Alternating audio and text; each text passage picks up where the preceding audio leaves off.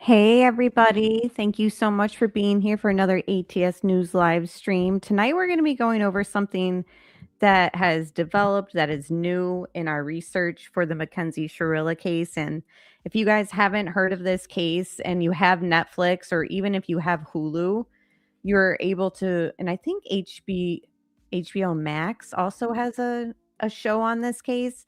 You can check out their true crime content on those platforms and get kind of caught up. I will give you a brief summary for those who haven't heard of this case. It took place in 2022. Mackenzie Shirilla is an Ohio woman convicted of murder for intentionally causing a high speed car crash that killed her boyfriend and their friend. The case drew widespread national attention and was featured in the Netflix true crime documentary called The Crash. So I've followed this case over the years just through, Facebook and other creators' research on it because her prison phone calls, which we haven't even started to listen to. We did like a snippet in one of our deep dives, but there's so much in this case, much like the Watts case, that I plan on doing our Friday night deep dives into true crime solely on this case until we kind of go through it backwards and forwards because she is still trying to appeal and she is also, up for parole eventually. So not too far in the distance. In the documentary on Netflix, we get to learn that one of her friends' name is Bubba. He was also one of the last people to see the victims and Mackenzie Shirilla that night. And he is in a 9-year relationship with Mackenzie's girlfriend, Rosie, who was also in the Netflix documentary. So just take that into account. Two of the people who saw the victims last alive, Dom and Davion, are and have been in a relationship for quite a long time before the crash and after the crash. So I like all the little details about, witnesses and people who saw what. There's a lot of rumors going around in this case still, even though she's been convicted of it. There's rumors that Rosie apparently drove by the scene and the trunk was open. So they think things were taken out of it. Again, it could very well have opened during the crash itself. I mean, that's not unheard of. But there's just a lot of things going around. And without Rosie really being cooperative with police, unfortunately, I feel like that's an aspect that's kind of led everyone into this like spiraling of like rumors and what really happened, along with Mackenzie's family and Mackenzie herself just kind of fighting this whole conviction still and not happy with their legal counsel. Just a lot of questions are still kind of swirling in this case behind the scenes. And yeah, so Bubba was on the JFK show, which is a YouTube channel. I've followed them and subscribed to them since their Karen Reed coverage. And I'd noticed that they've been deep diving as well into this case. So they had Dom's sister on a few weeks ago, and then they've had Natalie Shirilla on as well. And then they interviewed Bubba. And it's like a 4-hour interview. We're obviously not going to watch it all. But thank you, DB. I appreciate that. Yeah, during the week, I'm very much a viewer and a chatter on YouTube, and then the weekends are like my stream time. So, it's always good to see you as well, like in all the chats, including Bob Mata's. But that whole read through that they did the other day of the Karen Reed update, like holy cow, that was crazy. But yeah, there's just a lot that JFK show has dug into when it comes to Mackenzie Shirilla, and they had Bubba on, and I missed like the first 2 hours ish. Like I joined around like the 2 hour mark, and I was like, "This is crazy." So I want to listen to the interview with you guys. We won't get through it all, but we'll definitely listen to what we can. And again, I wanted to listen to it anyways because I missed the first half. So I might as well just listen to it with you guys, and that's what we're going to do right now. So, and I've liked the stream. Let me just get rid of the chat. Actually, do you guys like seeing the chat? Like if we're sharing screens? Hold on. let's just zoom into Bubba himself. Um, so yeah, he is in an interesting spot because, he was friends with the convicted Mackenzie Shirilla and the victims Dom and Davion. And I know that Dom's sister has come out point blank saying that he was not Dom's friend. Take it for what you will.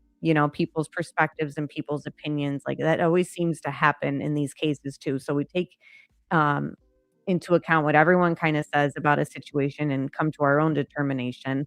There were things that Bubba said in this that I was just, like, blown away with, and I think you guys will be too. So, in the Netflix documentary, The Crash, Bubba Landon is his real name, Turner.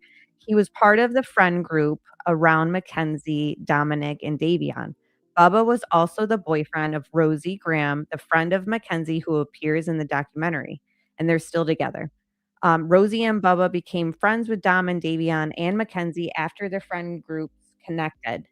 Bubba became relevant to the case because he was interviewed by police and gave his perspective on the group dynamics and the hours leading up to July 31st, 2022 crash that killed Dom and Davion. So short version, Bubba is Landon Turner. He's Rosie's boyfriend and a friend to Dom, Davion, and Mackenzie. So keep all that into consideration when you listen to his statements. And remember the first wave of people, which we found this out through, I believe, Dom's brother's interview. The first wave and certain things that were going around said that there was some sort of conflict, fight, whatever you want to call it, between Dom and Mackenzie at the house before they left. And then that narrative started, like, changing, and everyone was like, "No, there was nothing that, stood out that was, a conflict or red flag." So, and that came from Rosie during the documentary too. And then, of course, Bubba kinda echoed that as well. So, some of the statements and hearsay about what had taken place right away has kind of changed a little bit too. So take that in consideration. And hello, Neat Noodle and everyone else who's joined, Toe Beans. He seemed to be very pro Mackenzie, like he is in contact with Steve and Natalie. Just my thought. Yeah, there I'll go through my thoughts like when we watch it, because I know even though I was only there for the second half, and I didn't even get to catch the end, that I was feeling that same way. Like I was like, it seems like he puts a lot of distance in his statements towards the victims. Even if it's subliminally, you see it kind of repeated over and over. Remember, this is a pretty long interview. And hello, everyone who's joined. I've learned a lot. Punksy, good to see you. Johnny's here. I knew I smelt something. That's an inside joke, guys. Just me and my mod. It's a little joke, not for real. Coffee and Skeletons, Ruth, Jay. It wasn't an impulsive thing, in my opinion. Something must have led to it. Like, I feel like I have a lot of thoughts.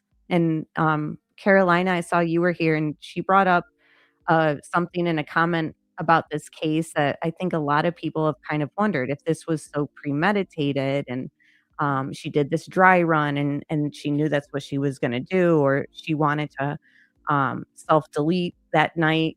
Why did she wear the seatbelt? Why did it appear like she ducked before the impact? Like, these are all things that have just been kind of swirling around that, like, you know, I believe she's where she needs to be, but what led up to that, I'm still like, what exactly happened? Here we go. And I'll pull up your guys' comments as we go. I get it for sure. So the documentary's out. A lot of pushback, a lot of things going on with this documentary. A lot of people think Mackenzie did this intentionally. My take, without even talking to you yet, but just seeing you on the documentary, obviously, you have a different take. You don't feel that she did it intentionally? No, I don't. I don't feel that there was any intention behind it. None. So why do you come to that conclusion, first and foremost? Well, honestly, just knowing these people personally, I feel like it would never go to that extreme of a case, you know, where she intentionally plans on like killing them in cold blood. There's a lot of little details, like the fact that Davion was there makes me kind of believe that there was no fight, that's not the case. I know some of their main points of evidence in court, I feel from what I've seen, have been proven wrong by other documents or other pieces of evidence that I think are stronger than what they have as a witness going in there and testifying for certain things and whatnot. I feel as if there's other pieces of evidence that contradict that. So do you think there was corruption in her trial? I mean, I don't know, like, for certain. I mean, I feel as if there's certain things that lead me to believe that there's some form of corruption. I know I at least can say that there's conflict of interest for sure in that matter. And I feel that the Shirilla family was, from what I've heard, it was really misled by their legal counsel. And I don't know, there's just stories that I've heard and whatnot where I feel as if they were truly misguided and he wasn't really pushing to really defend her in a way. You know, I mean, when I went to the juvenile trial when it was in juvenile court, me and Rosie attended that. And I think we attended at least one day of when she got binded over to adult. I can't remember. I feel like we attended two, but I would at least say one we attended for sure. And the fact that, you know, the defense never called up any witnesses, they never called up any experts, like there was really nothing they did to contradict. It was just really a one-man army up there, which was Jim. So I would. What can you tell me about that juvenile hearing? Was there a difference through your lens, through your perspective, from the adult trial to the bind over hearing? That's the juvenile hearing. Was there a difference, and what was the difference? I mean, I wouldn't say I really noticed it. Like, not with like the information used. I would say I saw the same information. I didn't notice too much of a difference. I did notice that they came to a conclusion where like there wasn't enough proof to prove intent. And later on, I mean, I don't know if like I think murder consists of intent, so she ended up ultimately getting charged with intent. And I feel like they didn't come to that conclusion in the juvenile court, from what I remember. So he's claiming through the juvenile court and versus the adult court that during juvenile, they didn't really find her to be guilty of having like intention behind this crime. You guys let me know in chat what you think. Was this intentional? Pointer Lover, good to see you. I also saw Deco's here. And first off, thank you, Jay, for 30 months membership. I really appreciate that. Thank you. Adrian, I saw Roxanne. Angel Eyes, good to see you guys. And anyone else I missed, thank you guys for being here. What was the judge like in juvenile court? Do you remember? Was he real strict on her? Was he trying to give her a chance or no? Honestly, I cannot remember if it was a guy or a girl. Do you guys know for sure if it was a guy or a girl? Was it a guy? It was a guy, yeah. It was a guy. I don't remember him too much. I would say that he probably, like, strictness wise, he was probably the same as Nancy Russo, the judge that was in the adult court. I'd say they're pretty on par. I didn't notice one. I mean, I think Nancy kind of used a little bit more aggressive vocabulary, but other than that, like, they're on their legal stances, I felt like it was the same. So let's kind of go back. So you moved to Strongville, 2009. When did you meet Kenzie? Right around that time, and you said you were what? 2009. You were only 8 years old. So did you meet a little bit later, or in grade school? So when I was we didn't go. Me and Davion went to the same elementary school. I didn't go to the same elementary school or grade school with. I got a notification, but I didn't go to the same grade school as Dom. I didn't go to the same grade school as Kenzie. I know Davion. I went to Strongsville Elementary. Yeah, Tobin says he doesn't think the juvenile courts found her guilty of intent, but he couldn't remember the sex of the judge. Oh, Bubba, I have questions. And not only that, like, interesting, we're unable to really see probably the records or anything related to the juvenile process of all this because it's juvenile court. So interesting how this is the narrative that he puts out there. Is it true? We don't really know. Would he have reason to kind of back up the theory that, one of the courts didn't find intention? Like, he's one of the last people to have seen her. His girlfriend was Rosie. We know she didn't cooperate with police for whatever reason.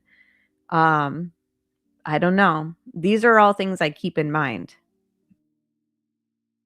Kinsler Elementary School when I was in first grade. I can't remember if Davion was there or not when I was in first grade. I can't remember if he came in like second or third grade. I'd have to find out exactly what year they moved to Strongsville. But we weren't like the closest in elementary school. Like, we were still friends. We still had the same friends. Like, we had these friends. They're twins. We were all mutual friends in elementary school. And then we really started getting closer in middle school and high school. I didn't meet Mackenzie until 8th grade in middle school. I shared a science class with her, and that was really, that year, 8th grade year, was the only time where I ever kind of got on a decent kind of friendship with her. And then we went to high school, and when it was freshman year, she was always walking around with Dom. She was dating Dom at that point. So I didn't really approach her in the hallway. I didn't know Dom that well at that time, so I didn't really approach her or have any class. So how did you meet? Did you meet Dom through Mackenzie? Is that how you met her? Met him? Yeah. So my first ever like meeting with Dom was in school. I ended up buying like vape pods off him or something when I was in high school. That was like the first time I ever like contacted him and was talking to him.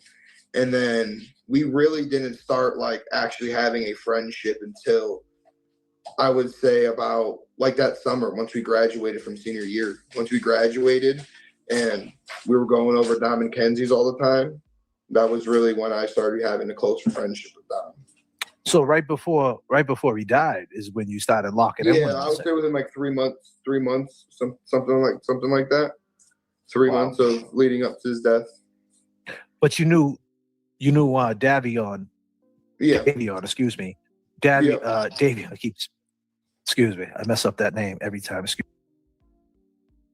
Oh, my word, Caroline. Good point. Speculating. There is income to be had by associating with Mackenzie now. So excusing her might be a way of sucking up to get some crumbs there that'll fall off her media table.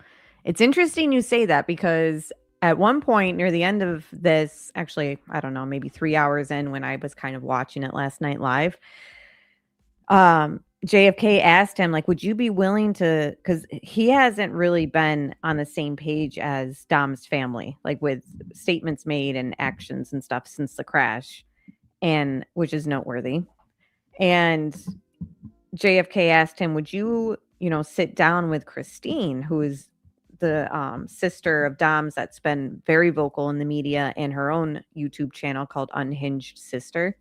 And he he had no interest in sitting down with her, and even made a statement along the lines of like, she didn't know, or she wasn't as close to Dom as others were, so she's not as relevant or something like that. Like, he used the word relevant in JFK's chat, and everyone was, including myself, were like, not relevant.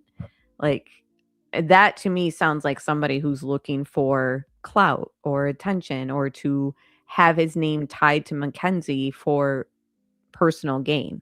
Whether it's, you could take it many ways. The financial gain that tying yourself to things can bring, like you've stated, Caroline. Could it be, just very different levels, like a narrative that they want to push because we actually don't know the truth. You know what I mean? Yeah, it was shocking. There's going to be a lot of shocking moments that I think he doesn't even realize, like as he's saying it live, that it's coming across as like, that sounds grimy, like the way he said that. And like people started picking up on it. Tobin says, I know Davian is not a common name, but come on, the victims. Yeah, It's hard. I feel like there's a name that I kept like going back over and again in a case, but now I can't remember. But it is hard, but yeah, you should definitely practice it. Hey, Hella, good to see you. Yeah, I ever since JLR called you Helen, I've just been thinking of this clip from this movie from the 90s because I'm a millennial. So the 90s and Robin Williams, like, is my childhood. And all I kept thinking of is this Fern Gully clip.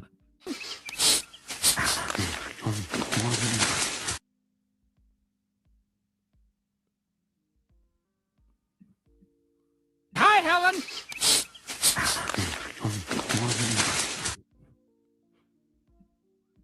Hi, Helen.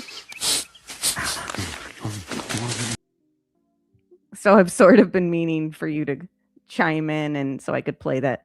There are some people pretending to know Mackenzie. It's kind of gross. It's, yeah, this interview, very cringe.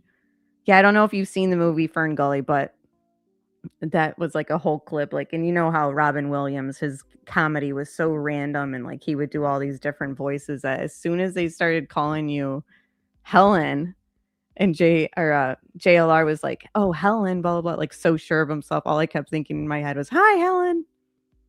So yeah, that's gonna be your welcome every time you pop in chat. Excuse me. You knew him That from is, all the I way would up say, to like, grade school. from first glance, it is a name that people can mispronounce sometimes. But Yeah, Dad. yeah. but yeah, I knew him in elementary school. I actually have pictures on my phone. I would say from like 2013 of him at my Right. birthday party in our basement. Like he was always invited to every birthday party every year. We'd always wrestle each other. I made this joke. I said in my police interview that he used to always put like lotion on his skin. He would always have lotion on, like always have lotion on. And when you're wrestling somebody with lotion on, you can't get a grip, you can't grip onto him. And then after that, your hands are just slippery, you know. So For it's always sure. funny wrestling him every year. But yeah, so I mean, we continued that type of friendship all the way up until high school. High school is when he started playing football. I know he played football in middle school, but he got hurt pretty bad, and he was out pretty much his whole middle school career. He didn't really play much middle school ball because of injuries. But high school, he got back into it and was playing again. So yeah, I mean, not only was I friends with him in like his football friend group, I was friends with him in some of the other friend groups that he had. One of them was the Dom and Kenzie and Rosie friend group. That was a little bit later on in high school. So you were tight with Davion. Yeah, I would say, like, I know, like, senior year from March to May, he moved in with me. He ended up moving out of his parents, getting kicked out, and he came and stayed with me from March to May of 2022. And honestly, he was the closest thing I could say to like a blood brother, you know, at that point, like, especially with living with me and stuff like that. He was, out of all three people involved, he was the closest one. The reason why he was even there and even friends with Dom and Kenzie was because he was living with me and coming with me and Rosie every time we'd go hang out with them, you know. So then when he did move out for those couple of weeks before he moved back in with Dom, when his parents went on vacation, he was just accustomed to being around us all the time. So he was always just there at that point, you know. So he had just met Dom too. Davion had just met Dom right around the same time you met him. Just met Dom. Kenzie, I would say he probably knew her for as long as I did, like probably since 8th grade. And I mean, when we were in high school, and this is like what confuses me, because even like the whole Mean Girl murders, right? Did you guys watch the Mean Girl murder documentary? The Mean Girl documentary that he's referring to is the one that I was telling you guys about last week on Hulu.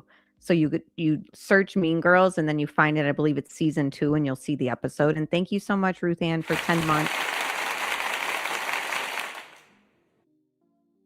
I'm So not familiar. No, I So think my guys are. in that documentary, they paint this picture of like Rosie, Mackenzie, and Nina are like these mean girls, or the Regina George of Strongsville High School, and they'd walk the halls and they bully people. But what really confuses me is that freshman year, she was always with Dom. Like, I always remembered her walking around with Dom because I was always like, who is Dom? Like, at that point in time, I didn't really know him that much. So I was like, who's that? And he actually also looked like my one buddy that lives in Virginia. And I'd always talk about him to my buddy. I'm like, man, you look like this kid from my school. But so sophomore year was COVID. So we were probably in school for like a month, maybe a month or two. And COVID hit. So then we went all online. We went remote. So sophomore year, we weren't even attending in the building. Junior year is the same thing. It was COVID. It was half online and half in person, but you could choose to stay all online. And she chose to stay all online. So she didn't attend school junior year either. And then in senior year is when Rosie and Mackenzie really kind of like met and were talking because they had one singular class together. And from Rosie's account, she attended the first 2 days of class and then she never saw her the rest of the year. So I would be interested to see what her attendance record was for senior year because I this whole image of them being at school, I don't know where that came from because they weren't really friends at the time of them being in school. Like, I know there was one video in the case files that it was Mackenzie, like, it was like a Snapchat video that she recorded and she was talking about getting her makeup done and that she'll tip the girl doing her makeup and that she does pearls. The video's out there somewhere. But that video was actually sent to Rosie. So whatever date that video was from was like the first hangout session that her and Rosie ever had. And then from there on out, they were hanging out like every single day. So this whole thing of that there were these mean girls in high school, I don't really know where that came from because they weren't friends in high school. Rosie. So he pretty much will consistently talk about how Hulu's perception of the case and Netflix's perception of the case and rendition of it is not accurate to what he knows to be the truth. So keep that in mind too. He was like a lot more of a introverted person. Like, her and her friend group were a very tight, close friend group. She wasn't the type, she wasn't a social butterfly whatsoever. Me, on the other hand, I was a lot more of like a class clown. You know, I was always. So how long did you know Rosie for? I've been dating her. Clown is an interesting word too that he uses, and I think you guys will see why. We're going on 9 years together. We started dating. Oh, that's your girl. Yeah. Oh, so Rosie's your lady. Okay, so yeah. So basically Davion, Dom, and Mackenzie, basically you guys is what tied everything together, you and Rosie, basically. Essentially, yeah. Like, even like them being at Paul Burlinghouse's house that night, that is like one of Rosie's old, like that was like one of her day one best friends. They're no longer friends anymore, but that was like their day. Now let's stay right there. Why aren't they friends anymore? Because of this situation? No, I wouldn't say because of this situation. I'd just say because he ended up going to Kent State and we all went down to OU and Marietta, and that's like 3-some hours apart. So there was never really any time to see each other. And I guess I would just assume that Paul, made a new friend group in college and stuff. Like, there wasn't any animosity towards any situation. It was just like a slow falling out, just being in college, being distant, not seeing each other anymore. Eventually they just went on about their normal lives in college, made new friend groups. And I know Paul had friends from high school that also attended that college with him too. So it wasn't. I also find it interesting and noteworthy that he'll talk about how it's normal and just like natural fallouts with people who go away to college and stuff, but he stayed with Rosie, so it's like sometimes things bond people, but sometimes also secrets do too.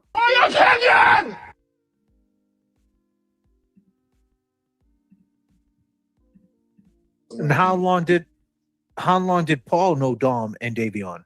Is the same situation? Yeah, completely. You guys? Rosie introduced them. I would say Paul knew Kenzie for as long as Rosie did. When Rosie started becoming friends with Kenzie, that's probably when Paul was introduced. Oh, you blacked out on us. I think you got a phone call or something. Maybe. It is, ladies and gentlemen. I got a call on Discord from my buddies. It messed up my whole phone. Yeah. It happens. No worries. So basically, you guys put my phone on Do Not Disturb real quick. So. Yes, that would be awesome. That would be clutch, for sure. All good. So, Bubba, you don't mind me calling you Bubba, right? No.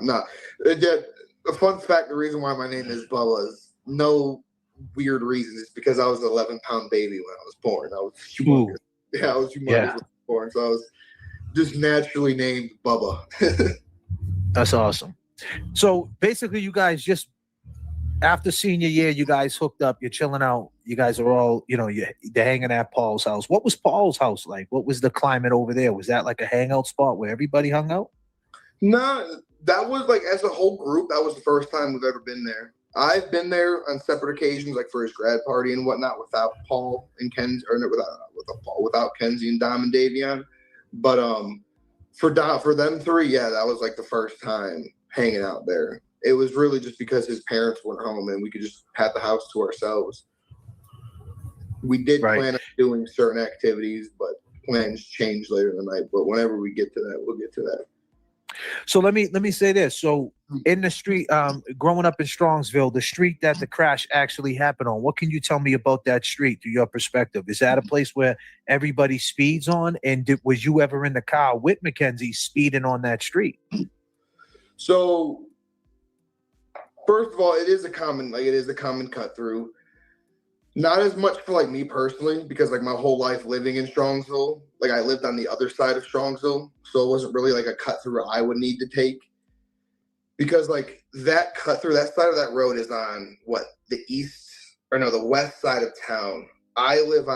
You always lived on the southeast, so there was no reason for me to go west really that much. But I have been in the car with Mackenzie and Dom and Rosie going down that road. I've been about it, I'd say a dozen times, daytime and nighttime.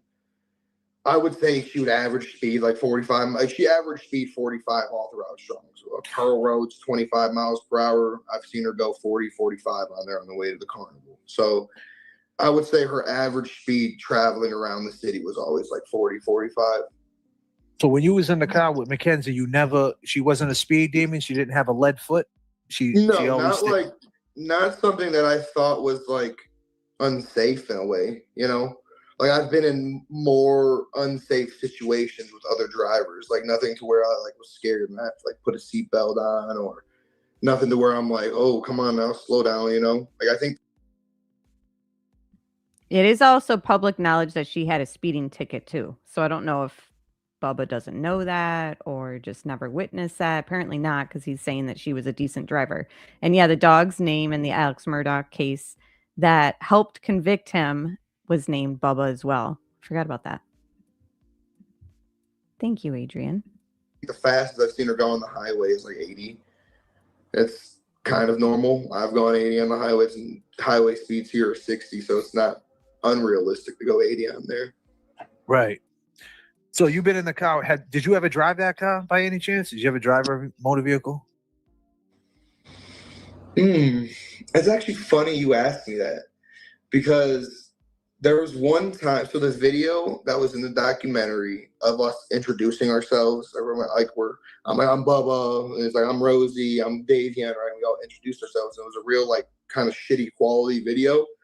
That night was the same night we went to the carnival, and then we all came back to my house and we're chilling at my house. And again, my parents were gone. They were at a funeral out of state, and my parents were a little bit more on the nosier side of parents, so they had somebody go past the house because they told me I wasn't allowed to have nobody over other than Davion. And so they had someone go past the house, and they saw two cars parked outside, Paul's car and then Dom and Kenzie's car, or Kenzie's car, I'd say. And so hold on. So you said Dom and Mackenzie's car. Is that the way you guys looked at it? Sometimes Dom drove that car? Yeah, I've never been in Dom's car. I've never been in his Cadillac. It was always Kenzie's he had a Cadillac. car. Yeah, he had a black Cadillac, and he also had a Jag. Oh, okay. He had a Jaguar too. Okay. But all right. yeah, no, I've never been in a car with him. He didn't really like driving. Like the police knew his car. They knew that he drove a black Cadillac. I'm pretty sure a week prior to the accident, they actually got pulled over on Pearl and got searched by police. Him and Davion did. And so I would say that was the main reason why they never really took their car anywhere, at least around Strongsville. Like, because we'd go downtown downtown Cleveland, go hit Town Hall and go hit some restaurants down there. Also, keep in mind too, like this spans over 4 hours. We're not going to get to it all, but he will sprinkle in little things about Dom and Davion that are just like added detail to kind of paint them as bad. Like he's just talking and he's like, they were stopped by police and searched, blah blah blah. Like that at first you might think like, okay, he's just giving background info, but he keeps doing it over and over. We're in a light that doesn't shed a positive light on the victims. And it's like, why? It just seems like he just wants to drag them. Maybe if it's subliminally or subconsciously, I'm not sure. But over and over, it happens in this interview where like he'll kind of paint the victims in this case as not so nice people, but he will praise Mackenzie over and over. And that stays consistent. Yeah, little digs here and there. Exactly.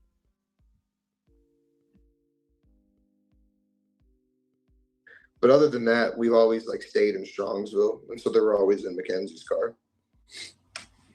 But yeah, to back you up, we were talking about, did you ever drive Mackenzie's car? So yeah, so when they were at my house, my parents saw their cars outside, so we just told them they left. But Rosie and me ended up going outside and moving their cars down the street onto another street, so it looked like they left. But I ended up driving Mackenzie's car, and she ended up driving Paul's car.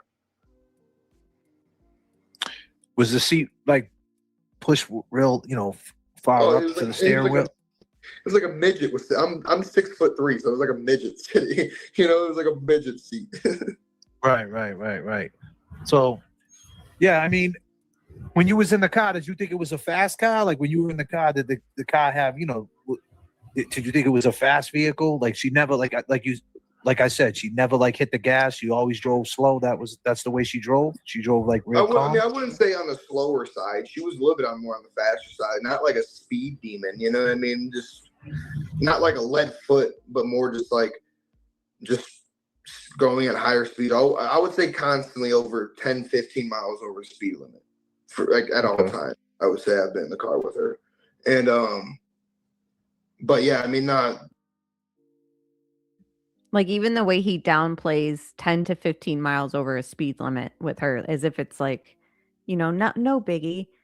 It is a biggie, especially depending on where you're going through, school zone, etc. Like 5 miles per hour over. Okay. 7, you're pushing it. But like the way he's downplaying Mackenzie, essentially she's still breaking the law and he will still kind of like back her up.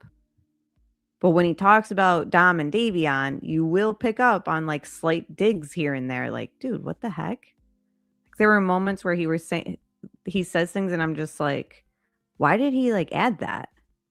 Like even with the feud between Dom's sister and things that were stated, which she has come out on her channel stating herself that she thought that these statements that like when he said that Dom was dealing drugs, dope or whatever, they didn't even put that in the Netflix documentary. They took it out, but Dom's sister ended up getting the transcripts and like unedited footage and was wondering why Bubba even wanted to add that in. Like it's just like little things like that, and he'll do that here as well. Back to what you were saying though, that when I got in the car, I didn't see. And the thing is, like, yes, we want to know more about the victimology and the crime itself on many levels, but it just seemed like certain information he was adding was just unnecessary, like in a way to kind of drag him in so many words. Seemed like a fast car. I mean, it seemed like Rosie owned a Chevy Cruze at the time. Felt like that car. You know what I mean? It felt like any normal sedan in a way, because I drive a truck, so whenever I get into a sedan, they all feel the same to me. I didn't notice like anything sporty or a sport mode. Yeah. I didn't notice any of that when I was driving, but granted, you only drove it for like 45 seconds, 50 seconds. So so you just recently meet Dom, right? But Mackenzie, right?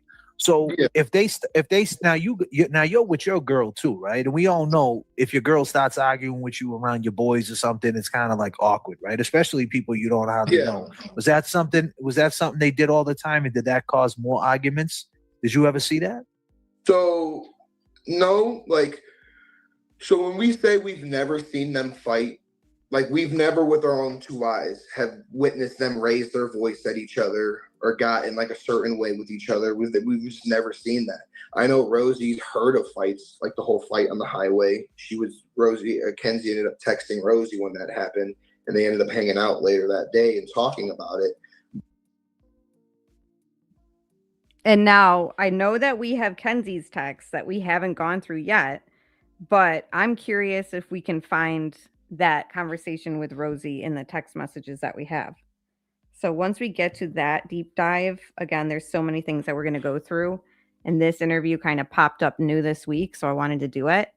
Yeah, I'm curious how that, and you also have to keep in mind of how manipulative of a person Mackenzie is.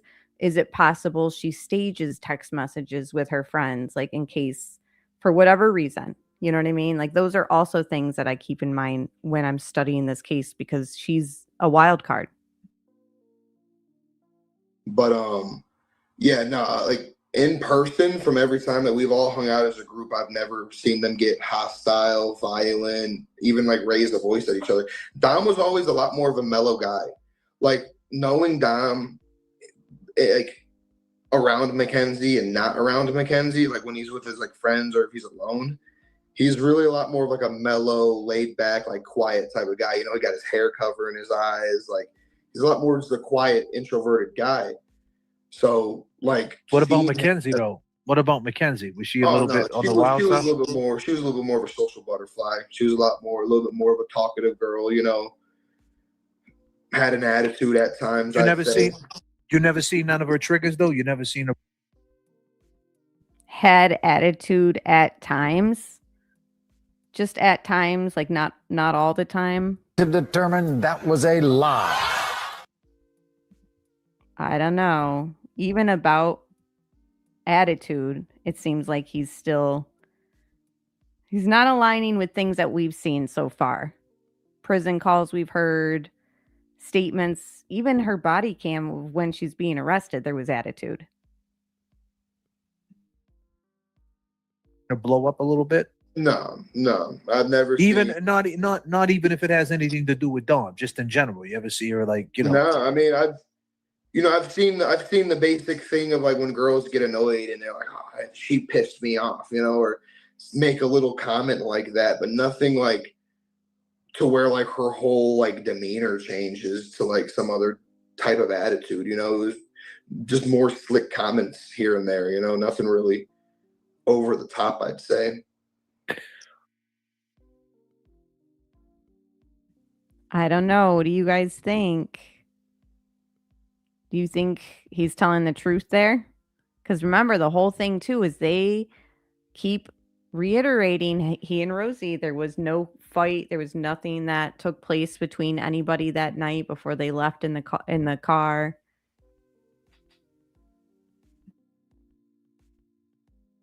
How much time do you think you spent with Mackenzie? Like, if you right off the top, like, do you think you spent a lot of time with her to really having an opinion, saying that you know her? I mean, or you think she might have put on an act around you? So, like when I knew her back in middle school, she's low-key kind of the same how I knew her when she was kind of in senior year. And then not in like an immature way, but the way like her socialness was the exact same, you know?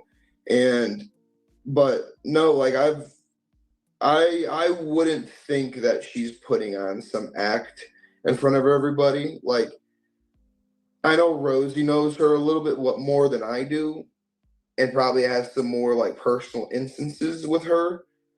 But like there'd be times where, you know, Dom, Kenzie, Davion, and Rosie would be hanging out, and I'm not even there. I'd be at work or something. Like everybody was to a certain tightness to where I didn't have to be there for Davion to be there, you know. or Rosie didn't have to be there for me to be there, and vice versa, you know, all that type of stuff. So, but no, I wouldn't. I would say she's the exact same way in person. Like if you pissed her off, you pissed her off. You know what I mean? Like she'll catch an attitude with you. She'll get bitchy about it. But I mean, I know dozens of females that are like that. And See how he just kind of contradicts himself about her having an attitude and her demeanor and you know, just the way she treats people. Like you just contradicted yourself. And now you're going to try and normalize it as like a category of like all women are like that. No, he flip flops. But why is the question? does that like tell me that she's the type of person to like murder two people? No, you know what I mean? I just don't think that, even if she did have an attitude or did get annoying. And like, even after looking at the text messages that came out afterwards between her and Dom that we've never seen, it's like, it makes sense. Like Dom was quiet. He wouldn't want to fight over text messages. So her looking like she's always yapping and wouldn't shut the fuck up about things, it's really because that's like, I'm the same way. You go through my phone, you see the exact same pattern of text messages. Does that mean you're gonna go you're the kill cool, the car? You know, I don't think so. so you're the cool one, and Yeah. Rosie's the hot one. Yeah. So then you agree Mackenzie was the hot one and Dom was the cool one, which still puts her as this person who could maybe blow up at you at any moment. Like he's not making sense. He's not consistent. And if your relationship is the same as the text messages between Dom and Mackenzie, like Bubba, you got that's interesting too, because it's like, so then why are you with Rosie for 9 years if it's that volatile? Because the text messages between Dom and Mackenzie are anything but healthy. So now it's like, what's really keeping you two together? Is it a secret that you have to carry on together for? You know, that's obviously just my opinion, but is that a possibility? Because all I keep going back to is Rosie was very non-cooperative.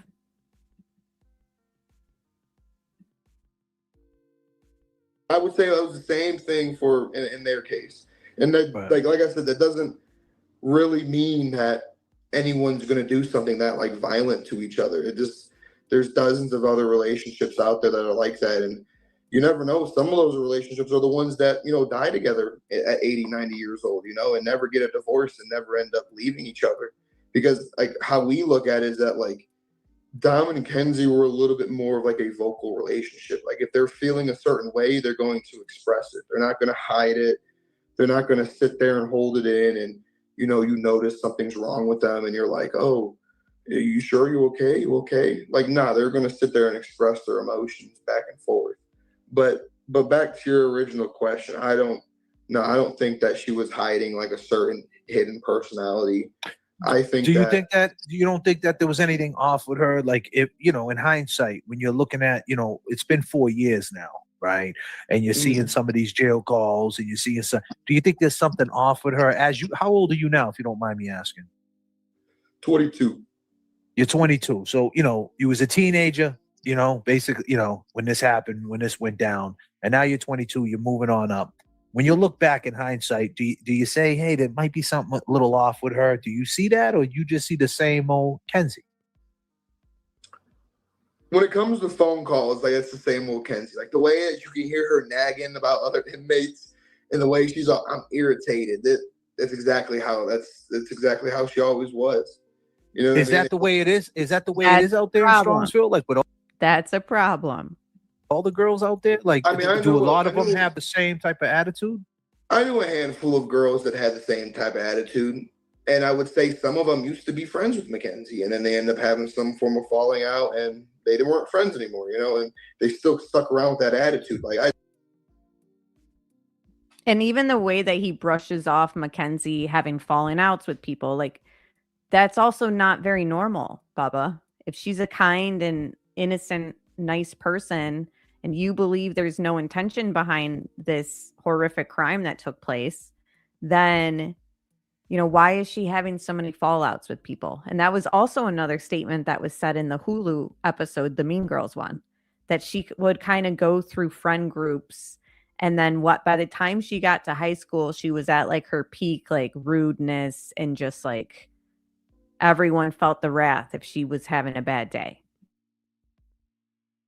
I'd say, I mean, it's not like a common thing. Like the best way I can compare it to is like, have you ever seen that show Baddies?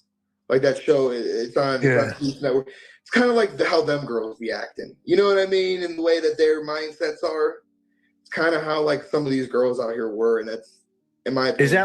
Is that a younger thing? Like, is that like something in your age group? Like, so, because a lot of people that reacted to this, it went from, let's just say, from 18 to 80. A lot of older people from different generations is just like, this is crazy. She's a sociopath. She's nuts. You don't see it that way. You see that's like, that's just the way she grew up. That's just the way she is. That's the way you look at it? Not even like how she grew up, really. I don't think she was like kind of grew up or taught to act that way. I just think that, it's the same for a majority of different topics, like vapes, for instance. Vapes were never around when I was in elementary school, middle school. But when I got to high school, that's when like the whole vape pandemic went down, and everyone's vaping, no matter if you're a freshman all the way to a senior, everyone's vaping. I'd say it's the same way with like that whole baddie mentality. You didn't see that type of mentality back in the early 2000s. There was no shows being created with women acting that way. Oh, yes, there was. You guys remember the Flavor Flav dating show and the Bret Michaels dating show on VH1? Like, what is he talking about? Dude, I'm a millennial. I've been watching reality TV like my whole life, basically. And in the early 2000s, there was definitely that type of like stuck up mean girls behavior going on TV. And slowly over time, and as time goes on, it's something that's like, I guess it's just been pushed out there. And I guess like, it's almost like with rap music, how, they say rap music, it makes you want to act a certain way. It makes you want to go out and do illegal activities and act like how they are in the songs. I'd say it's like kind of the same thing for not only that one particular show, but anything that has to deal with that. Because I feel like that's been a very popular thing that's been being pushed on younger women as of like within the last 4 to 5 years, So I don't think it was like. So really do you like think? A race So you think Mackenzie's getting a bad rap? Yeah, I'd say that a lot of the people out here that are trying to talk shit probably have either just as worse of a toxic relationship in their life or currently in one, and that don't realize it's like that. Like I feel like that the way that them two were was not like an uncommon thing to see in relationships, So I'm gonna pull up a couple of videos, right, and of the actual documentary, and we could talk about what we see. Let's check it out.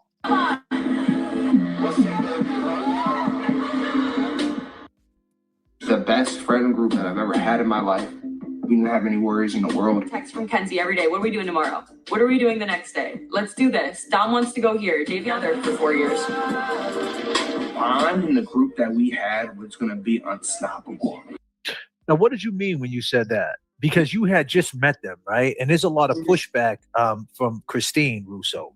She says that you're not even like, you weren't even friends with Dom like that. And you're admitting that tonight. You're not saying that you went way back with him. But the way in the Netflix documentary, it kind of looks like that's what you were saying. So what did you mean by saying that it was unstoppable? Like you thought like this friend group was going to be something that was going to last a long time? So actually, like my full response. So I want to throw this out there too. Me personally, I recorded with that documentary company for like 15 to 16 hours. I did one whole day from 7 a.m. to 8 p.m. And then we did a next day where I would say was probably like 2 or 3 p.m. all the way up to 8 p.m. at the high school. They filmed me doing a whole workout on the field, showing off like the football side of things with me and Davion.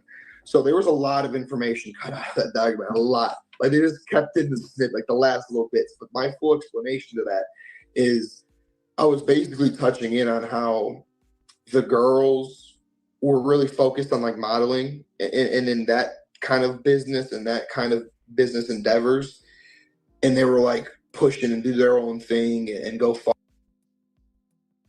Now, keep in mind, Rosie is still his current girlfriend. So anything that he tries to explain, oh, Netflix cut out what I was, saying, blah, blah, blah. It sounds like you could possibly interpret this as you trying to put your girl on a platform talking about how she wanted to be a model, blah, blah. Is that the truth? Or is this just you trying to plug your girlfriend for financial gain? Far in it. And then Davion and Dominic had their music that they were going with. Like, they weren't the best at the time. Like, they were starting out, but I could see that both of them were very passionate and wanting to take that further. Like, I would say that Davion would be. But they weren't the best. A rapper more than he wanted to be a barber.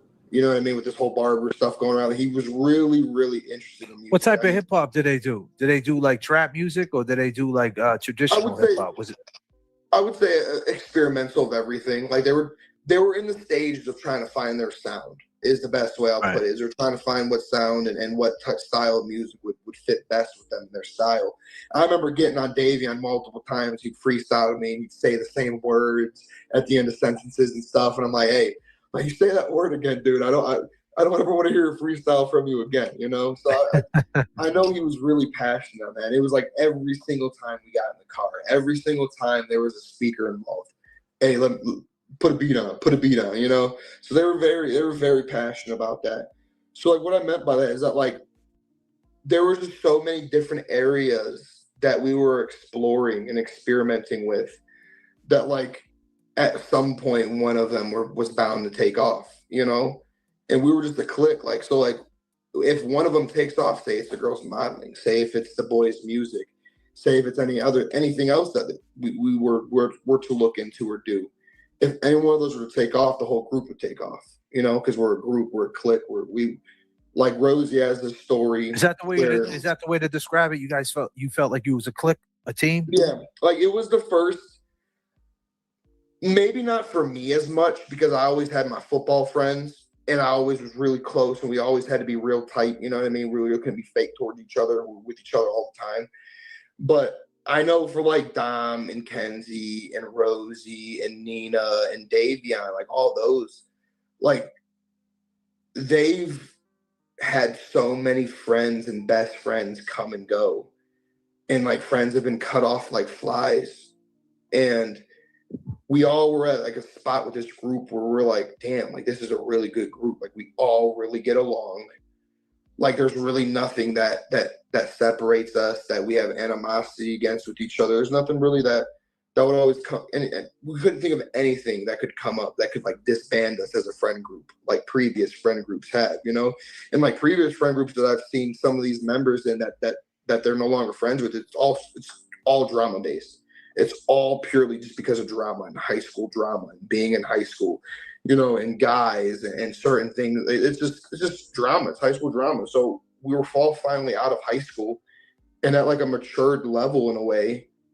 And we felt that like we were just a real like tight friend group. And like we would always talk about doing like influencer houses, like the Team 10 house with Jake Paul and all that, like that type of deal.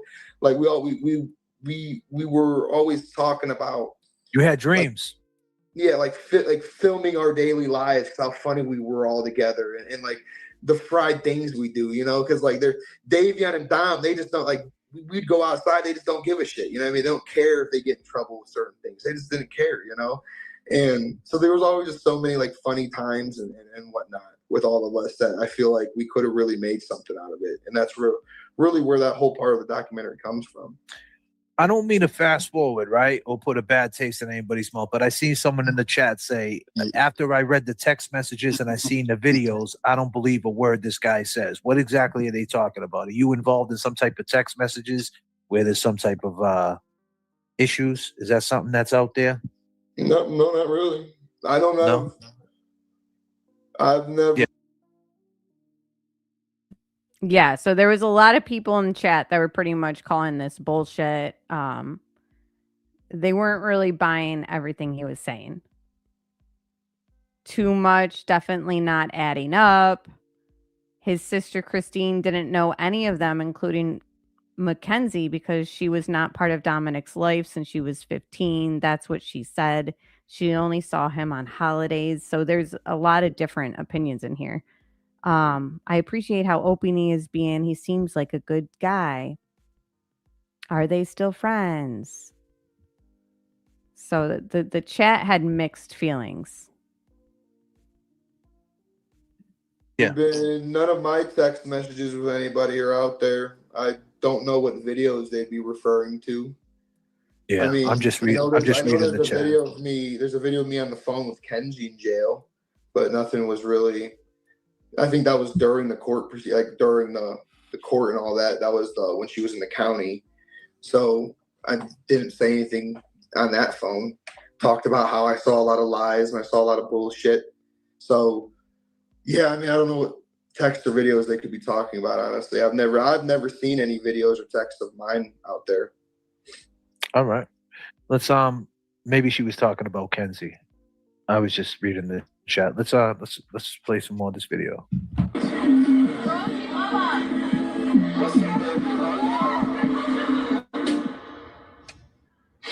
Like, those are my best friends that I hang out with every house to house because we lived so close. She's like a sister to me. So who is Faye? I know she was one of Kenzie's friends that have been friends with her since like middle school, elementary school, maybe. I'm not exactly sure if she was friends with her in elementary school. But she was like a lot more of an older friend of Mackenzie's than any of us, than me, Rosie, Nina, Paul, and Davion. Okay, and what's her take on things nowadays? Like since the documentary came out, and there's been a lot of pushback.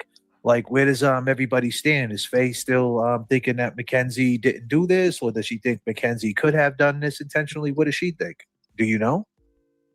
Not exactly, like not really. I haven't heard anything from her. I don't think her opinions have changed than what was shown in the documentary. I think I saw that she posted like some form of statement or something, but other than she that, never hung out with none of you guys. So this clique that you guys formed, it was like a new thing to everybody, kind of like, and you felt good about that. The energy was good. Yeah, literally like from the week that we graduated high school. What week was that? That was sometime in May, I take it, right? Yeah, I think in May. And then Dom and Davion pass away. Mm-hmm. Wow. Yep. Wow. But like between those months and then June and all the way up until the end of July, like we were hanging out with them every day. Like I'm talking 3-4 days out the week and then a day on the weekend. Sometimes I wouldn't be there. Sometimes I'd be working, So it was a good feeling. It was good vibes. Good vibes. Yeah. So let's talk a little bit about that. So you said that Dom was. Let's get into this real quick. Let me play another part of the video. I have another part of the video that I would like to play. I think it's right here. Is it the one about him being Yoda? No, it's this right here. I think this right at the beginning. Also, 8 grams of psilocybin mushrooms concealed in her clothing. The potential. Also, 8 grams of psilocybin mushrooms concealed in her clothing. The potentials of what could have caused this crash. Last minute, he goes, you know what? I want to shower and maybe sleep for like a little bit. This is the first time that we said we love each other for a while. So let's talk about that real quick. So there was a scale, there was weed. Obviously, it looks like if I didn't know any better, people were selling a little bit of weed, which is all good, right? Do what you got to do. Mushrooms. And then there's you saying that day when he left. So you're saying before he left, he said, I love you to you. Davion said that, or did Dom say that? Davion said that. And that kind of messed with your head a little bit? Yes and no. Like, growing up with all of my friends, Davion included, dozens of other football friends, dozens of other friends that were outside of football, it wasn't uncommon for us to be like, I love you. You know what I mean? Like, it was on like some bro Like, you're my boy, you know, I love you. But I would say, like, from what I remember in that time period, it struck me a certain way because I felt like I hadn't heard that in a while. You know what I mean? It was like there was a certain time in my life where I got uncomfortable when my friends would say I love you because I was so deep into my relationship with Rosie that I would only ever say I love you to her, you know? So even like from my own parents hearing that I love you, it was always weird for me to say it back because it's something that I only say to her, you know? And so like that's kind of why I guess it stuck out to me a little bit. It was probably during that time period of when I'm not. And I'm still hung up on the fact that Mackenzie had the scale and mushrooms tucked into her waistband. So it wasn't in a pocket. I'm assuming she had leggings on. You know, like when did she stick the scale and mushrooms in her waistband? You know, and why? I wasn't really used to that, you know? I got to be blunt here, right? You know, there's something, you know, I lost a lot of people in my time. People passed away at young ages too, when I was a young man like yourself. And I'll tell you what I learned about funerals, not saying, well, people passing away, should I say. People use that for their own self-pity. Do you think you're getting a bad rap, that people are like thinking that you're trying to get fame off of this? You know, considering what you said tonight, that you just linked up with him early on. You knew Davion, of course, but you didn't really know Dom. You knew Kenzie, and you know, you just linked up with them, and you kind of, they feel like you're embellishing a little bit about the relationship. You feel like you're getting a bad rap, because that's what I feel like the algorithm is. Do you agree, or am I off? Yeah, I would say a bad rap, but also just they took like the most, how I explain it? They took the most like bird-brained parts that we talked about from all of that footage, and that's what they used. Like there was so much more useful, and like in this case, in this sense, when this case is about to be broadcasted to the entire world, I feel like more context is better than less context. You know, so the fact that they put the least amount of context, like even when I was just watching those clips, it's like they took the smallest little bit of like this giant response that we had and took like the final part, just took the littlest bit that, like, you know, was our final wrap up thoughts, where it's really not a breakdown, and it's just. Do you feel that they did they ask you these questions that I'm asking you, like how you guys met and, you know, the whole thing? They were so thorough, like with everything about how. And also here's my issue with him complaining about how they were edited in the Netflix thing, and how, you know, they didn't include the whole thing, and, you know, so the narrative wasn't what was actually being said because they only clipped a small portion.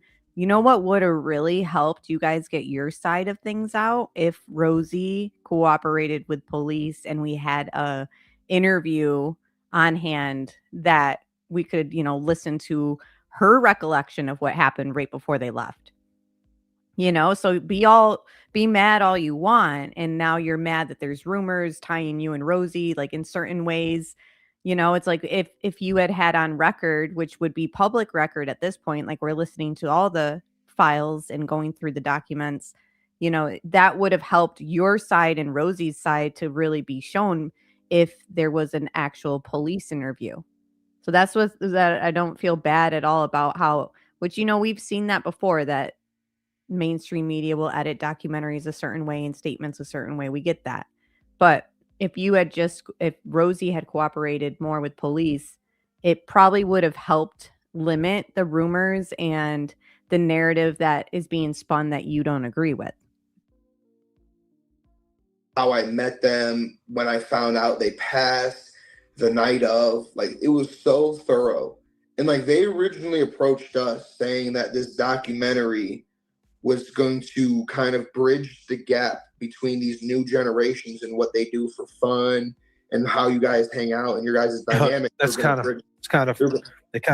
of thinking like your boy JFK, but that's another story. But yeah. Go ahead. So they wanted to take that, like this younger group of kids and kind of bridge the connection to like the older generations of why, you know, we might be doing certain things or we do certain activities and stuff like that, you know. And even all the way up until a month and 2 weeks before it came out, we were told that it was going to be a 3-part episode. That the first episode was going to be a lot about me and Rosie explaining that summer, the night of, and all that. And then the second episode was going to be prosecution and trial. And then the third episode was going to be Mackenzie and her family and all that. And then it came out and it was only an hour and 20 minutes. So like there.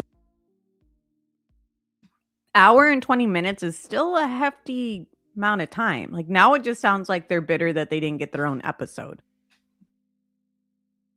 There was some form of major cuts made along. It's called Hollywood. It's called Hollywood. It's called Hollywood, my friend. Yeah. That's the way it works. The edit, everything's in the edit. You can make the edit the way you want it, right? It's same thing with a song. You can make a song, you can remix a song and make it sound totally different than the original, right? So it just is what it is. So let's get back to the scales. We've seen a bunch of scales. We see the weed dealing. That's a negative thing, right? In that town, weed's illegal. Out there in Strongsville, the police out there busting balls out there, because you did mention earlier that he wasn't trying to drive this black Cadillac because the police were running up on him. Was he hot in the street, so to speak? From your perspective? For sure. Like I know at the time, like weeks leading up to him passing, he was really like paranoid. He would wake up in the middle of the night freaking out. And this Hot in the streets for dealing weed and making it seem like the cops were focusing closely on Dom. Really, a 20, almost 21-year-old young man just selling weed. Like this whole, even this perception, I'm just not really buying.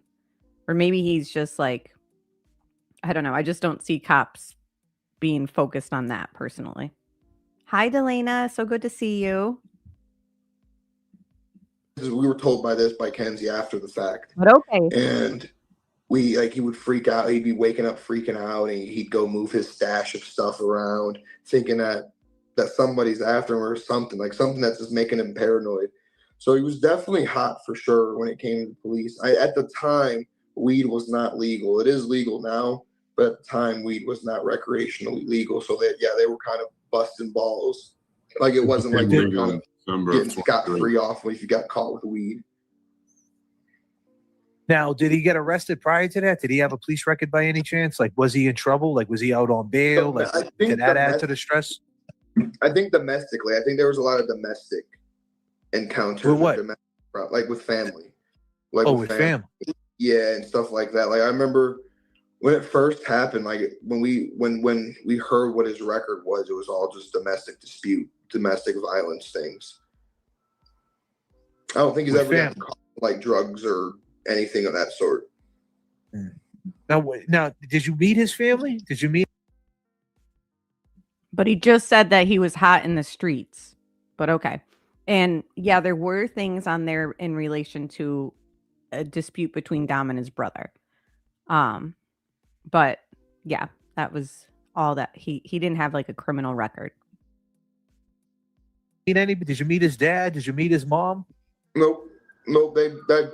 He lived in the house next door. Did he meet your family? Yeah, he's met my parents at my graduation party. They briefly met again when we got caught of them being over, because I ended up FaceTiming my parents, showing that like we weren't drinking alcohol, we weren't getting shit-faced. We're all just like, when we were at my house, we were kind of doing the same thing that we were doing at Paul's. We were just sitting.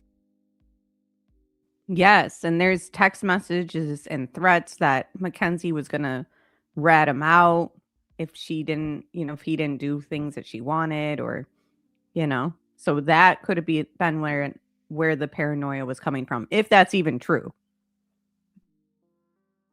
And they're watching videos all night, and anyway, we went to the carnival earlier on in the night and came back and watched videos and whatnot. But so that I showed them. They talked briefly on FaceTime, but it was like really all of them. It was Dom, Kenzie, Davion, Rosie, everyone that was there was saying stuff. But so yeah, I know my parents have met them. I know Rosie's parents have met them like three or four times. They met him at Rosie's grad party and at Nina's grad party. And I feel as if they've came over the house, maybe for prom, because we were friends with them in prom. So wait, So yeah, no. Now that I just remember that, so we were kind of more friends with them a little bit on before graduation, because I don't know what time prom was, but we went to prom with them.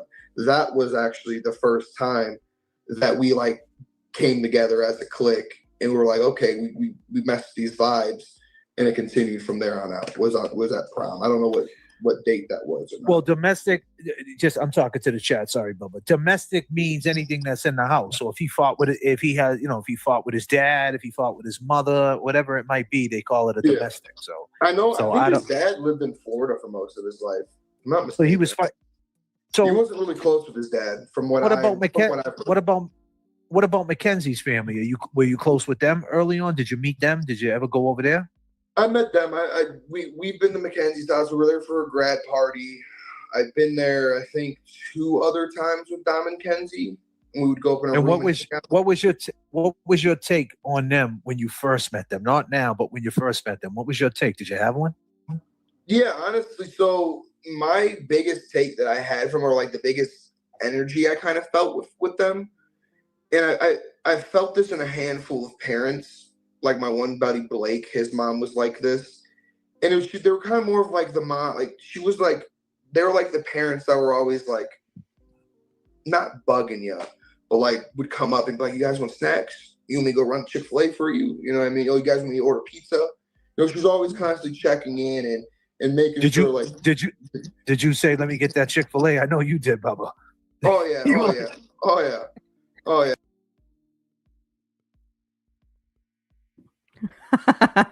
JFK calling him out on the Chick-fil-A.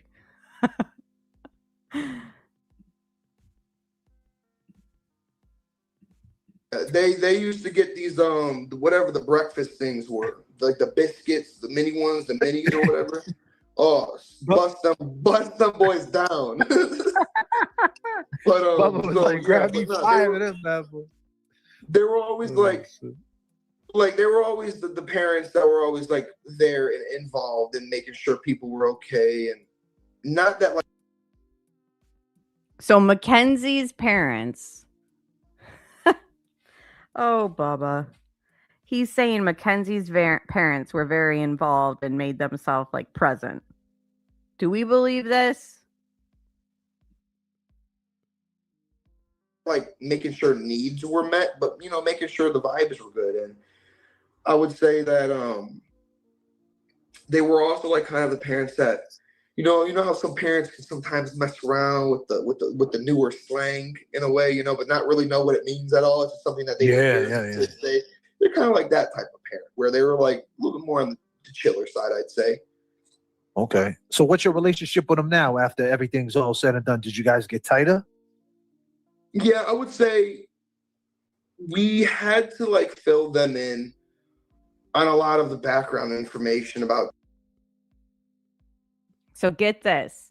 He says after the crash, he got tighter with the Shirillas because he had to fill them in on background information. Meanwhile, his girlfriend Rosie isn't cooperating with police in filling them in on background information. And also, later in this interview, Bubba lets us know that he hasn't spoken to Dom's family at all, or Davion's family since the crash. Maybe like here and there, like one time or something like that. So he very much has, and Rosie included, has distanced themselves from the victims' families in this case, and very much gotten closer with Mackenzie's family. So take that for what you will. Dom that they didn't know, or stuff like that Kenzie may have never told them. So he was filling in the Shirillas about things about Dom that they might have not known that Mackenzie didn't tell them. And why are you doing that? And what's that? We also helped give them insight on any questions or explain us what happened. Oh, explain what happened. Okay, yeah, and we'll get to that. I'm going to play a little bit more of this video and hear your take on it. Next to the accelerator pedal. Had that contributed to the crash? We needed to retain a forensic auto investigator to do a complete analysis of that car. Were working properly. The car didn't malfunction. And in his professional opinion, the slipper was stuck to the floorboard because of the impact. The floorboard had actually crumpled around the slipper. So it had no connection to the crash. Also, 8 grams of psilocybin. So did you at night? Did you do mushrooms that night? So Here we go. It's a simple yes or no, but here we go. Did you do mushrooms that night? I know there's sex between Rosie and Mackenzie, and that what she was texting Mackenzie when we were on our way back from Outer Banks. Like I think because we're coming back from the Outer Banks, our vacation that week, and I'm pretty sure we're still in the car. And I remember me and her talking about doing them, and that we'd be down to take shrooms with them that night. Because we did mushrooms with them a handful of times, and so it wasn't like an uncommon thing or like our first experience with these. And so the plan was to take them. And so then when we got there, me and Rosie arrived about 10:30. They got there about 30, 40 minutes afterwards, between I would say 11 and 11:30. And by the time they got there, we were discussing, and felt like it was a little bit too late to take them in the night. It was usually a little bit more of an. And for those who have seen the documentary on Netflix, he's basically repeating word for word what his girlfriend said in Netflix. Like, oh, we had this conversation and there were text messages of it, but we just figured by the time they got there, it was, midnight. It was just so late. Hold on, I want to rewind a little bit. I know there's sex between Rosie and Mackenzie, and that what she was texting Mackenzie when we were on our way back from Outer Banks. Like I think because we're coming back from the Outer Banks, our vacation that week, and I'm pretty sure we're still in the car. And I remember me and her talking about doing them, and that we'd be down to take shrooms with them that night. Because we did mushrooms with them a handful of times, and so it wasn't like an uncommon thing or like our first experience with these. And so the plan was to take them. And so then when we got there, me and Rosie arrived about 10:30. They got there about 30, 40 minutes afterwards, between I would say 11 and 11:30. And So he's saying 11 and 11:30. They realized that it was just too late to do them. But Rosie says in Netflix that it was like midnight. And so you could say, well, it's only 30 minutes to 60 minutes off from what he's saying. But it's like stories should typically remain the same. And I distinctly remember her saying it was like midnight. And even still, if you're planning to do shrooms, like, is midnight really too late? Like, I don't know. And I know that her drug, Mackenzie's blood, like it came back that she had not taken the shrooms. But I'm very curious, like, is it true that nobody else, we just need to paint a bigger picture of what really took place? And are they covering up for whatever reason about certain aspects of that night? by the time they got there, we were discussing, and felt like it was a little bit too late to take them in the night. It was usually a little bit more of an earlier thing. Like all the previous times we've taken them at like 5, 6, 7 o'clock, sometime around there. Did you take them? Did you take them that night? So no, ultimately we ended up not taking them due to it being too late. But I know. And my thing is like, I could see how it might be seen as too late in the evening. But then I also remember that they got up and like some of them I don't even think slept, and they left around like 5:36 in the morning. So I'm just like, you were up late anyways, or you had gotten up early to go do something. Like there's missing holes in this whole case and story that evening. Once they arrive at the house that Bubba and Rosie were already at, like I just feel like there's things that are just not adding up with Bubba and Rosie's story of like what actually took place. My opinion!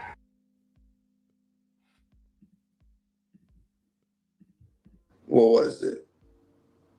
I know. I don't know. I've heard like so many different things. I've heard that there was acid involved. Even one of the kids that went into court or went into the police station came up to me personally on the side, was like, I was supposed to get acid that night. What's going on? Were they on that? Everyone told me that, like, Dom saying that I love you and doing all that was something that he does when he's on a substance like that. But from seeing all of them that night firsthand, I did not notice them being on. It's not like they took something before they came over, you know. So what Like, were you guys doing? What were you guys doing the whole night? Take me to that night. What were you doing? So you 11, go over Paul's house. You go. What time did you get to Paul's house?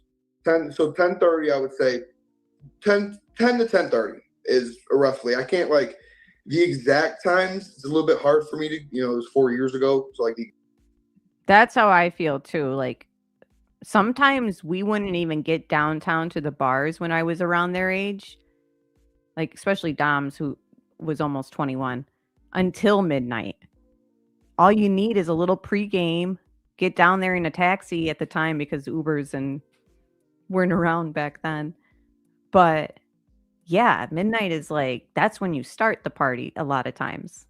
And then the bars close or whatever at 2 a.m. And then you go to the after party or you get something to eat. Like the same thing kind of goes with like shrooms. But it only lasts like honestly, it almost seems like the time that they're talking about that they left in the morning, let me get the exact time too, is like right when hypothetically a trip would be ending.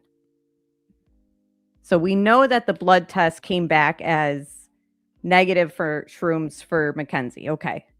But like what else? And of course we don't have the blood tests for Bubba and Rosie.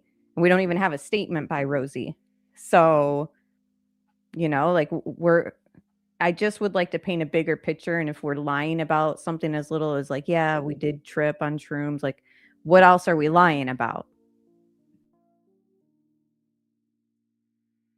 Exact times a little bit hard to remember, but I'd say 10:30 is when we got the Pauls. They showed up 30-40 minutes later. Dom, Kenzie, and Davion. They got there about 11:10, between 11:10, 11:30. And so I think you may know, like, have you ever heard of like Dom and Kenzie's eating habits and like how they're like very strict on what they eat? I mean, the whole McChicken thing that was in the documentary. So like Dom and Kenzie, they ate non-GMO. They would always carry around these glass water jugs. So yeah, they left the house that they were all hanging out at before 5:30 because the crash apparently took place like right at 5:30. Jugs because they didn't like microplastics. They didn't like the microplastics in the milk jugs. They were health fanatics when it came to that.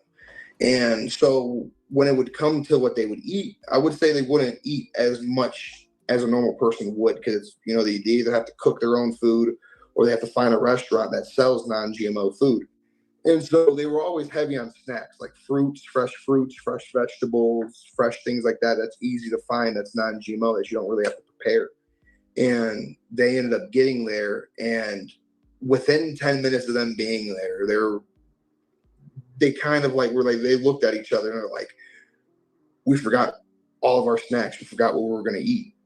And it was up in the air if they wanted to go home to grab them. Ultimately, I think Kenzie dragged Dom into going and grabbing them. So they ended up leaving, coming back with like a big bowl of popcorn. What time was that? Yeah, apparently they did test for it out in an outside lab. They sent it out because there were shrooms found in her waistband. So right away, they kind of were like, okay, we need to test this blood. We need to know if she was on shrooms behind this wheel. Like, I think they thought it was going to come back positive and be like, oh, well, that's what happened. She was tripping on shrooms, blah, blah, blah. But when it came back negative, unfortunately, it's kind of left more questions. I would say within 10 minutes of them getting there. So latest would be 11:40. If they got there at 11 or 11:10, it was 10 minutes after that. They got there at 11:30. Did Davion go with them? No, Davion stayed at Paul's house. Okay, so it was you, Davion, Rosie, and Paul hanging out at that point, and them two And left. Nina. And Nina, yep. And Nina. So- Okay, so go ahead. So we were all hanging out. They went and grabbed their stuff. They came back. When they came back, Rosie, Nina, and Kenzie had coloring books in the front room. They were on the floor doing their little thing. Me, Dave, and Dom were all sitting in a line on the couch watching. We watched South Park. And I'll touch briefly on the South Park thing, but we watched South Park, and I don't know if you ever heard of the Big Les Show. It's like a show on YouTube where like these, I don't know if they're Canadian or Australian or something, but they made it off of Google Paint, and it's like a really fried show, and it's funny. Okay, just to clear this up, this was something that was put out that was unfortunately wrong. I won't say what channel put it out because she's, she does really good work usually, and I think she just misinterpreted something in the paperwork, in the documents, because later on, Christine, Dom's sister, and I believe it's even stated like in the documents, if you looked at them yourself, they took her blood in the helicopter, and then that's the blood they used to test it. And then later in the paperwork, it says something about blood that was never drawn. That was once she was in the hospital. There was a note for it to have been taken, but then it was never fulfilled. So like the nurse notes don't have it as like a completed task, but they had already done it in the helicopter. So I hope that clears that up, because that was kind of going around and people did get confused about the blood not being drawn until 3 days after.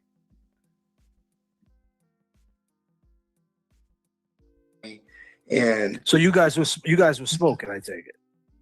yeah, me, Dave, Dom didn't hit the bong, but me, Dave, and like Rosie, we would all go out back periodically and hit the bong. Did you ever see Kenzie have an anxiety attack or anything like that from the weed? Or anybody, Rosie? None of you guys ever did you ever see anybody with the through your experience of smoking, did you ever see anybody freak out from the weed? Or did you? No, nope. No, I started smoking weed in 8th grade, and no, I've never, I've smoked all forms of it. I never had a feeling. I feel like it did, like when you smoke the cartridges, that would definitely mess with your eating habits and like your appetite. Like that definitely, like it would, if you became dependent on carts, you would like have to smoke them before you ate, or else you just wouldn't get an appetite. Your stomach would hurt. That was really the only thing that I noticed amongst the You never seen Mackenzie have a POTS episode where she got up, she said she was dizzy, she felt weird, you had to give her put something cold on her to wake her up. You've never seen that? You said you hung with them every single day, right? I would not me personally every single day, but our group would hang out every single day. Like I said, I would go to work at some days. Sometimes I wouldn't be there. Like say they hung out 4 days of the week, I'd probably be there 2 days out of those 4. The other 2 days I'd be working. I would always work.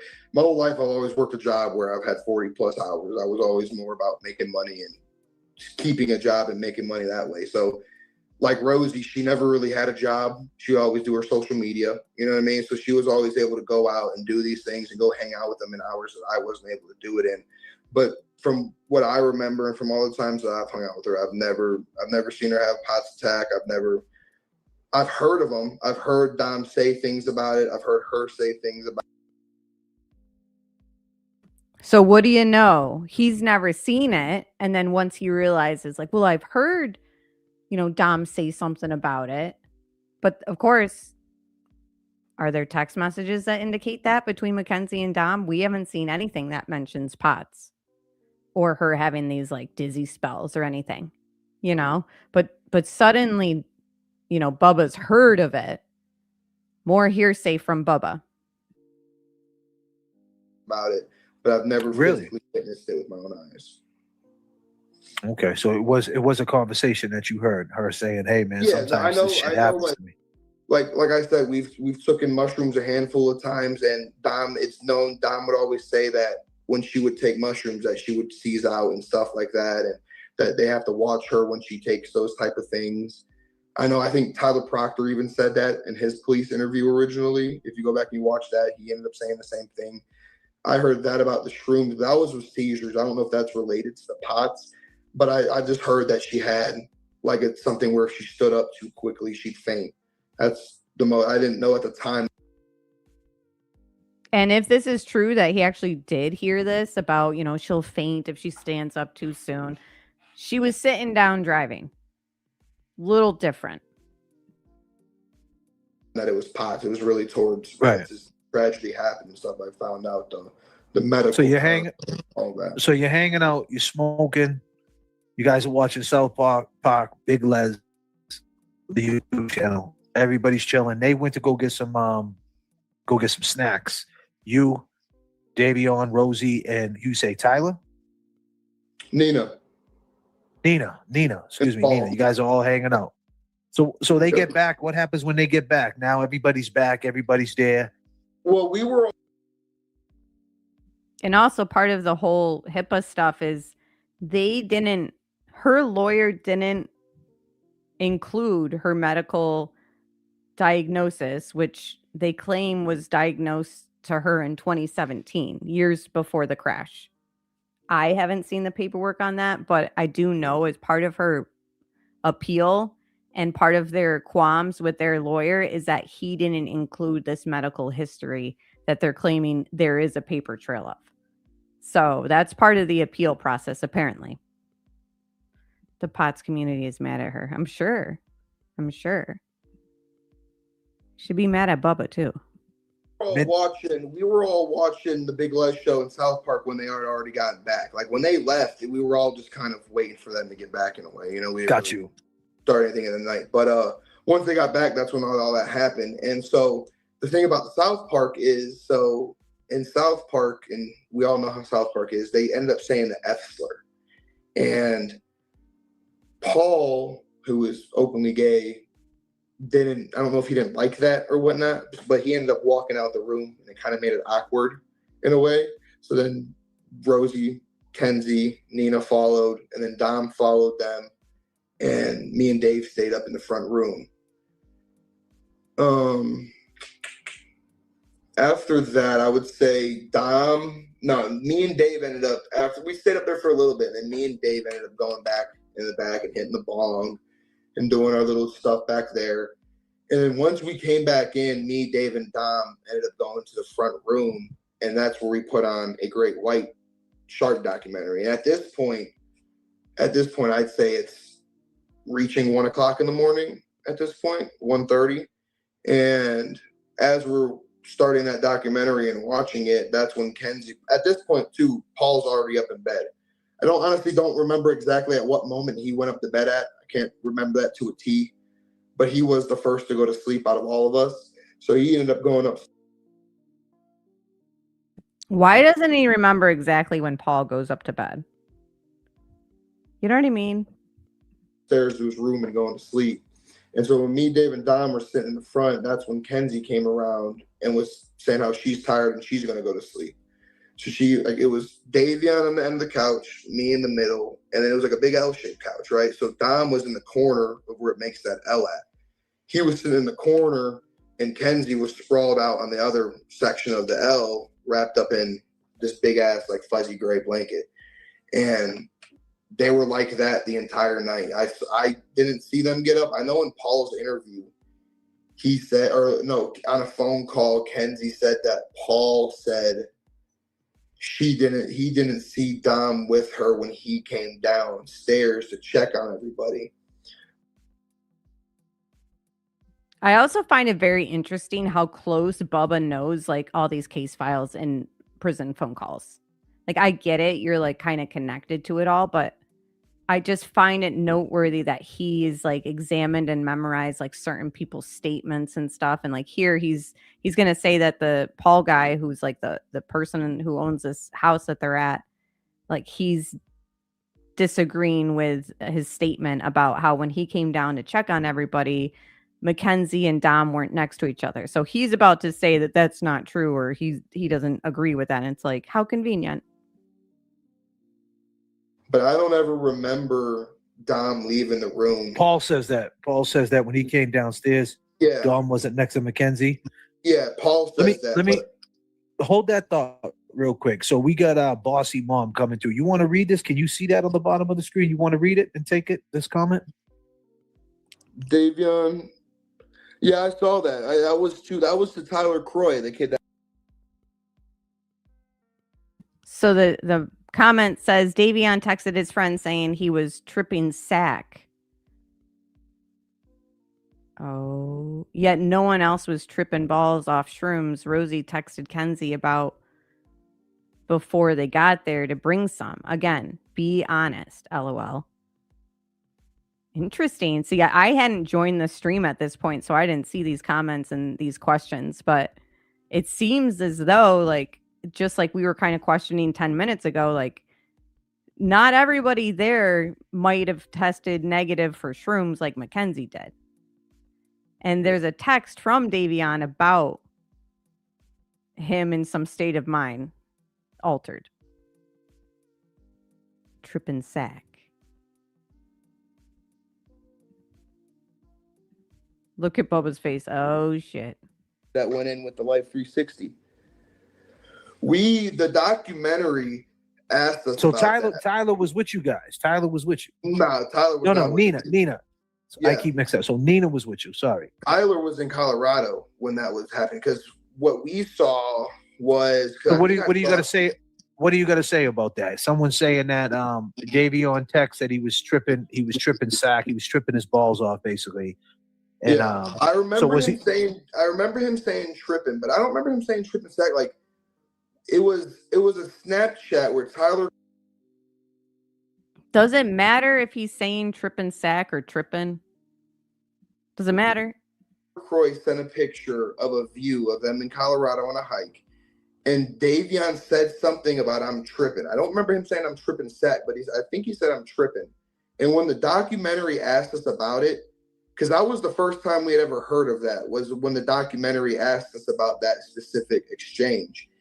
And what we told them is that we couldn't tell you if he was talking about a psychedelic or if he was talking about like the view.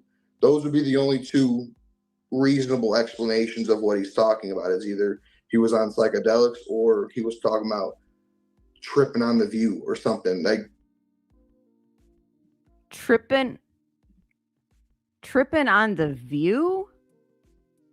Like just so blown away by views that he's got to text somebody that he's tripping sack? No. I think it means exactly what it was said to mean. Somebody there was tripping balls. those. now, what are the only about two logical Rosie? explanations that can come to my mind. What about Rosie asking Kenzie to bring some more shrooms through a text message? Was that something? That was when we were on the way back from the Outer Banks. That was when we all had decided we're like, okay, if we take them, I'm gonna take this amount. Rosie will take this amount. Nina will take this amount. Paul will take this amount. That was all like pre-planned all the way up until we got there. Once we got there, we ended up not taking them when it got too late. So what happened to Nina? Someone said Nina disappeared. Bossy Mom obviously is totally. Is she? So I don't get it. You got there at 10:30 with Rosie. You're texting Mackenzie about bringing this stuff. But by the time they get there, like an hour later, according to you, it was only an hour later. It's just too late. She's on Reddit, Boy's mom. TikTok. So What is she it? ended up having Boy's mom. Boy's Oh, mom. boys. Wow. Here we go. Hold on a minute. Hey, where's Barrels at? JFK, am I on point tonight? Hold on. Absolutely not. Thank you, Mr. Barrels. Yeah. What about that? Where's Nina at? So when the whole case went down, Paul ended up going in first to talk with police. And the main reason for that was we knew that they were at a graduation party beforehand. We were getting asked a lot of questions about LSD. We never got asked questions about mushrooms. There's always LSD and then alcohol. Everyone Did you ever take LSD? No, I've never personally taken LSD. I don't like that it's not natural. I don't like the fact that it's man-made, you know? And so, Oh yeah.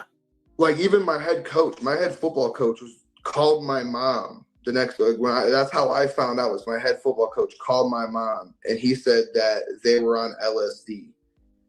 And I was like, I mean, I feel like I would be able to notice if someone's on LSD. I've never seen anybody on LSD before, never taken it, but I feel like that's a very noticeable thing. Like I would assume at least. But when it came to Nina though, so Paul knew that they were at a graduation party beforehand.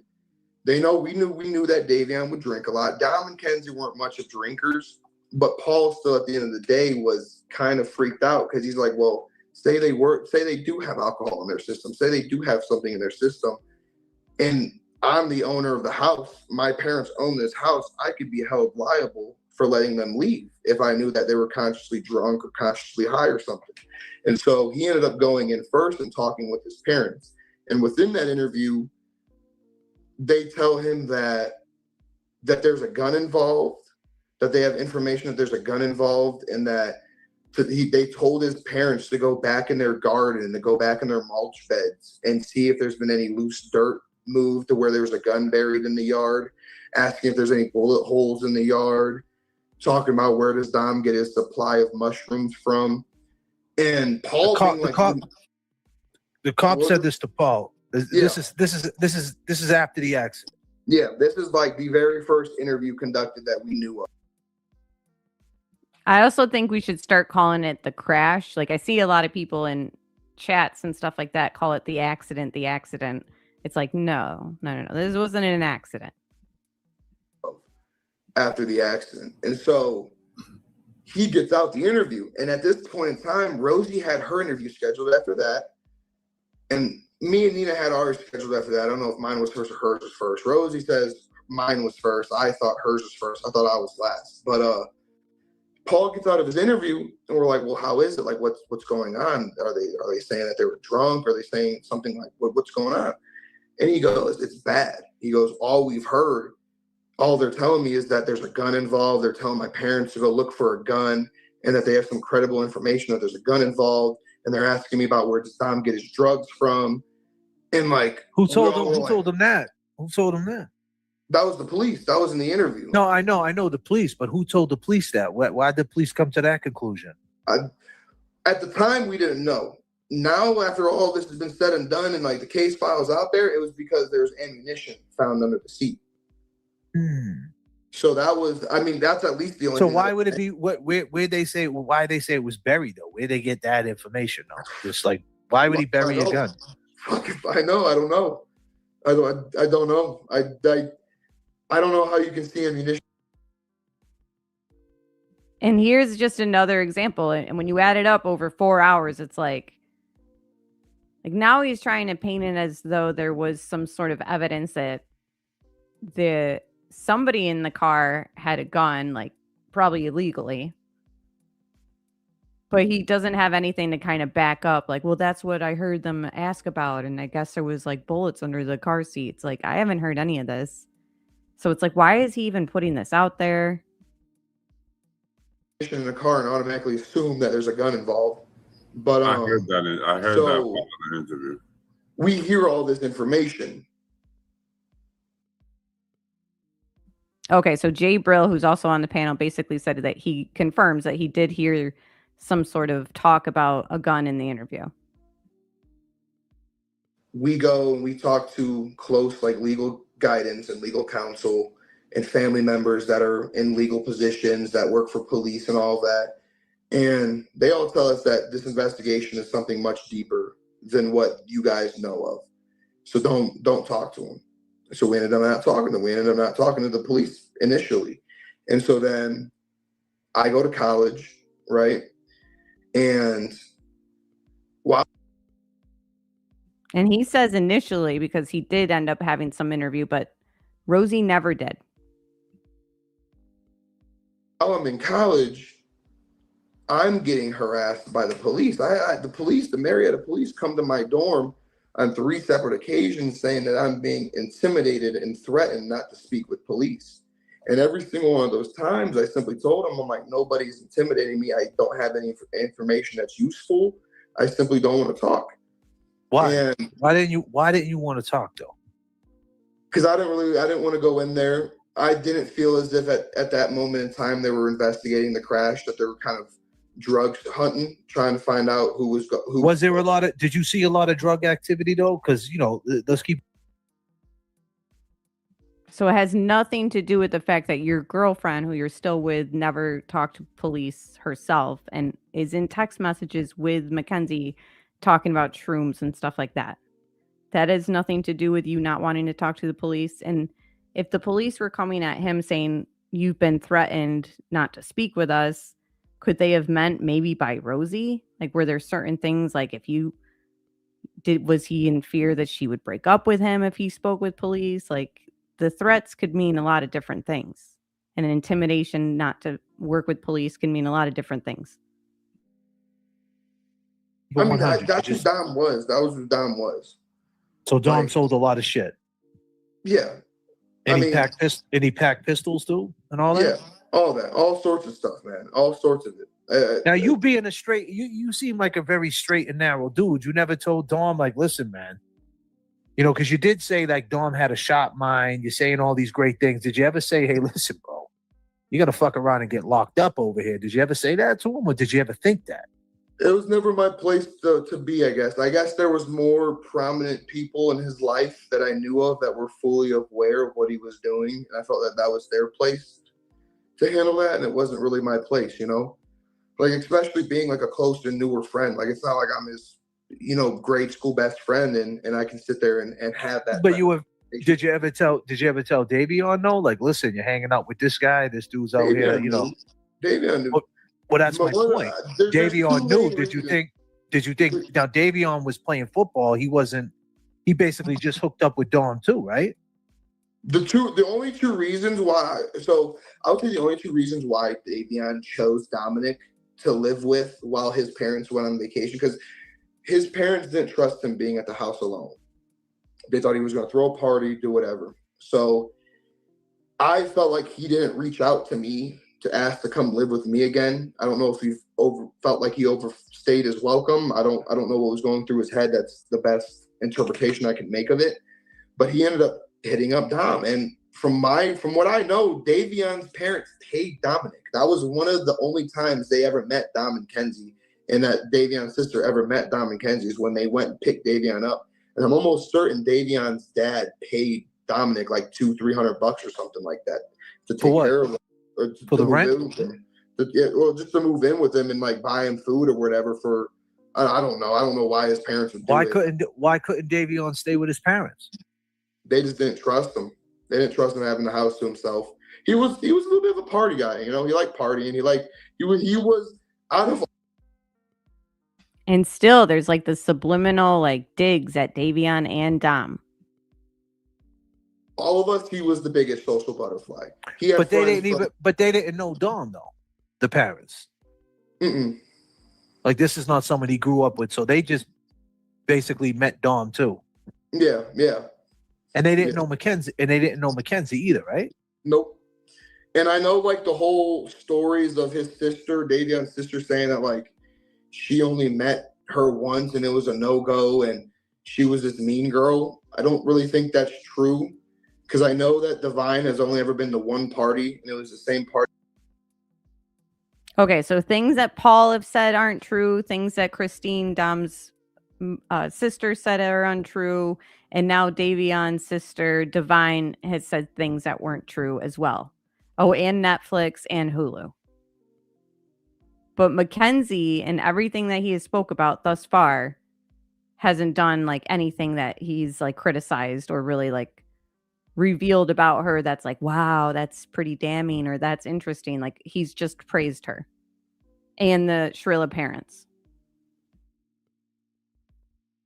Party that girl fell on the steps at. It was that one party that she was at. And then they met at the time when they came to pick Davion up.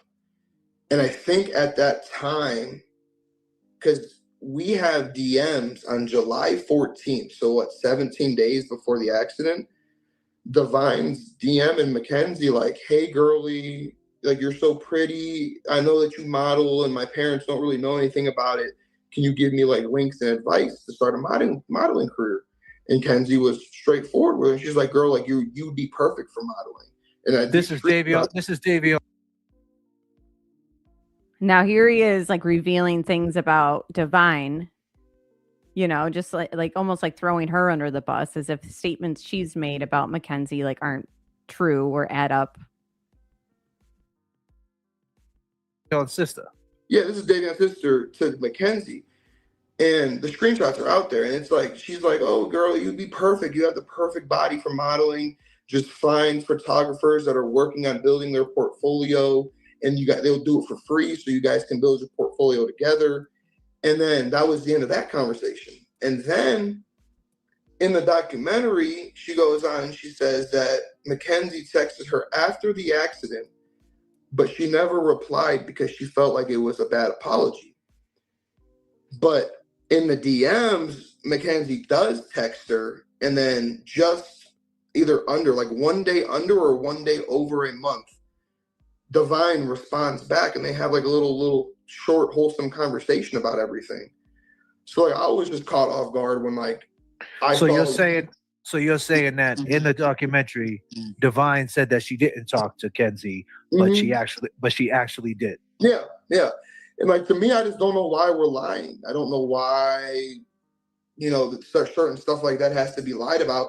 And another thing on top of that, maybe loyalty, my man. Because if I mean, if she believes, you know, like most people do, let's keep it real. Most people believe that Kenzie did this. If she believes this happened, she probably just, you know, doesn't want that look, so to speak. Yeah. And like, I also, another thing that I like think about is that like, I can sit here and Rosie can sit here and, you know, I know not only me and Rosie, but Paul, but even Blair, who is Dom's best friend. Blair is Dominic's best friend since grade school. And even in his police interview, he was like, Dominic's never mentioned anything about Kenzie being crazy. He's never mentioned them about getting in crazy fights. He's never mentioned her flipping a switch and acting a certain way. So it's like, at the end of the day, two things can be true at once. We could have never seen this stuff go down, but then it still happened the way that they're saying it happened in court. Two things can exist at once. I don't know why me and Rosie especially have to be established as some form of liars. Like, two things can exist. People are labeling you guys liars because your statements have changed and you guys were uncooperative with police. So they already have like a bad taste in their mouths about anything you guys say or do. At once, our personal stories and experiences can exist coinciding with the narrative that's being pushed in court. You know, two things can exist at one time, but I don't know why in this case, like there's people that are involved that are trying to come out and say that we're liars. I don't know why we have to be liars to fit like this narrative, I guess, you know? I get it, brother. So let's stay there. So everybody comes back, right? You're hanging at the house. You guys are watching this YouTube show. And now it's like 1:30 a.m. What's going on now? What happens? Paul's asleep. Mackenzie's asleep. And quite honestly, from what I can remember, we sat there and watched the shark documentary. We watched there and watched this great white shark documentary. It was like a Shark Week or something like that. That's most I can associate to is like a Shark Week or something like that. And we ended up watching that the rest of the night.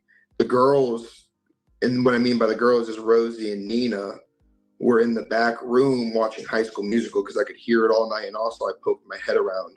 Later. Is this the first time you hung at Paul's house? Everybody hung there? Was this somewhere you guys always like this group, yeah. So you guys are feeling real comfortable in this house, and it's your first time?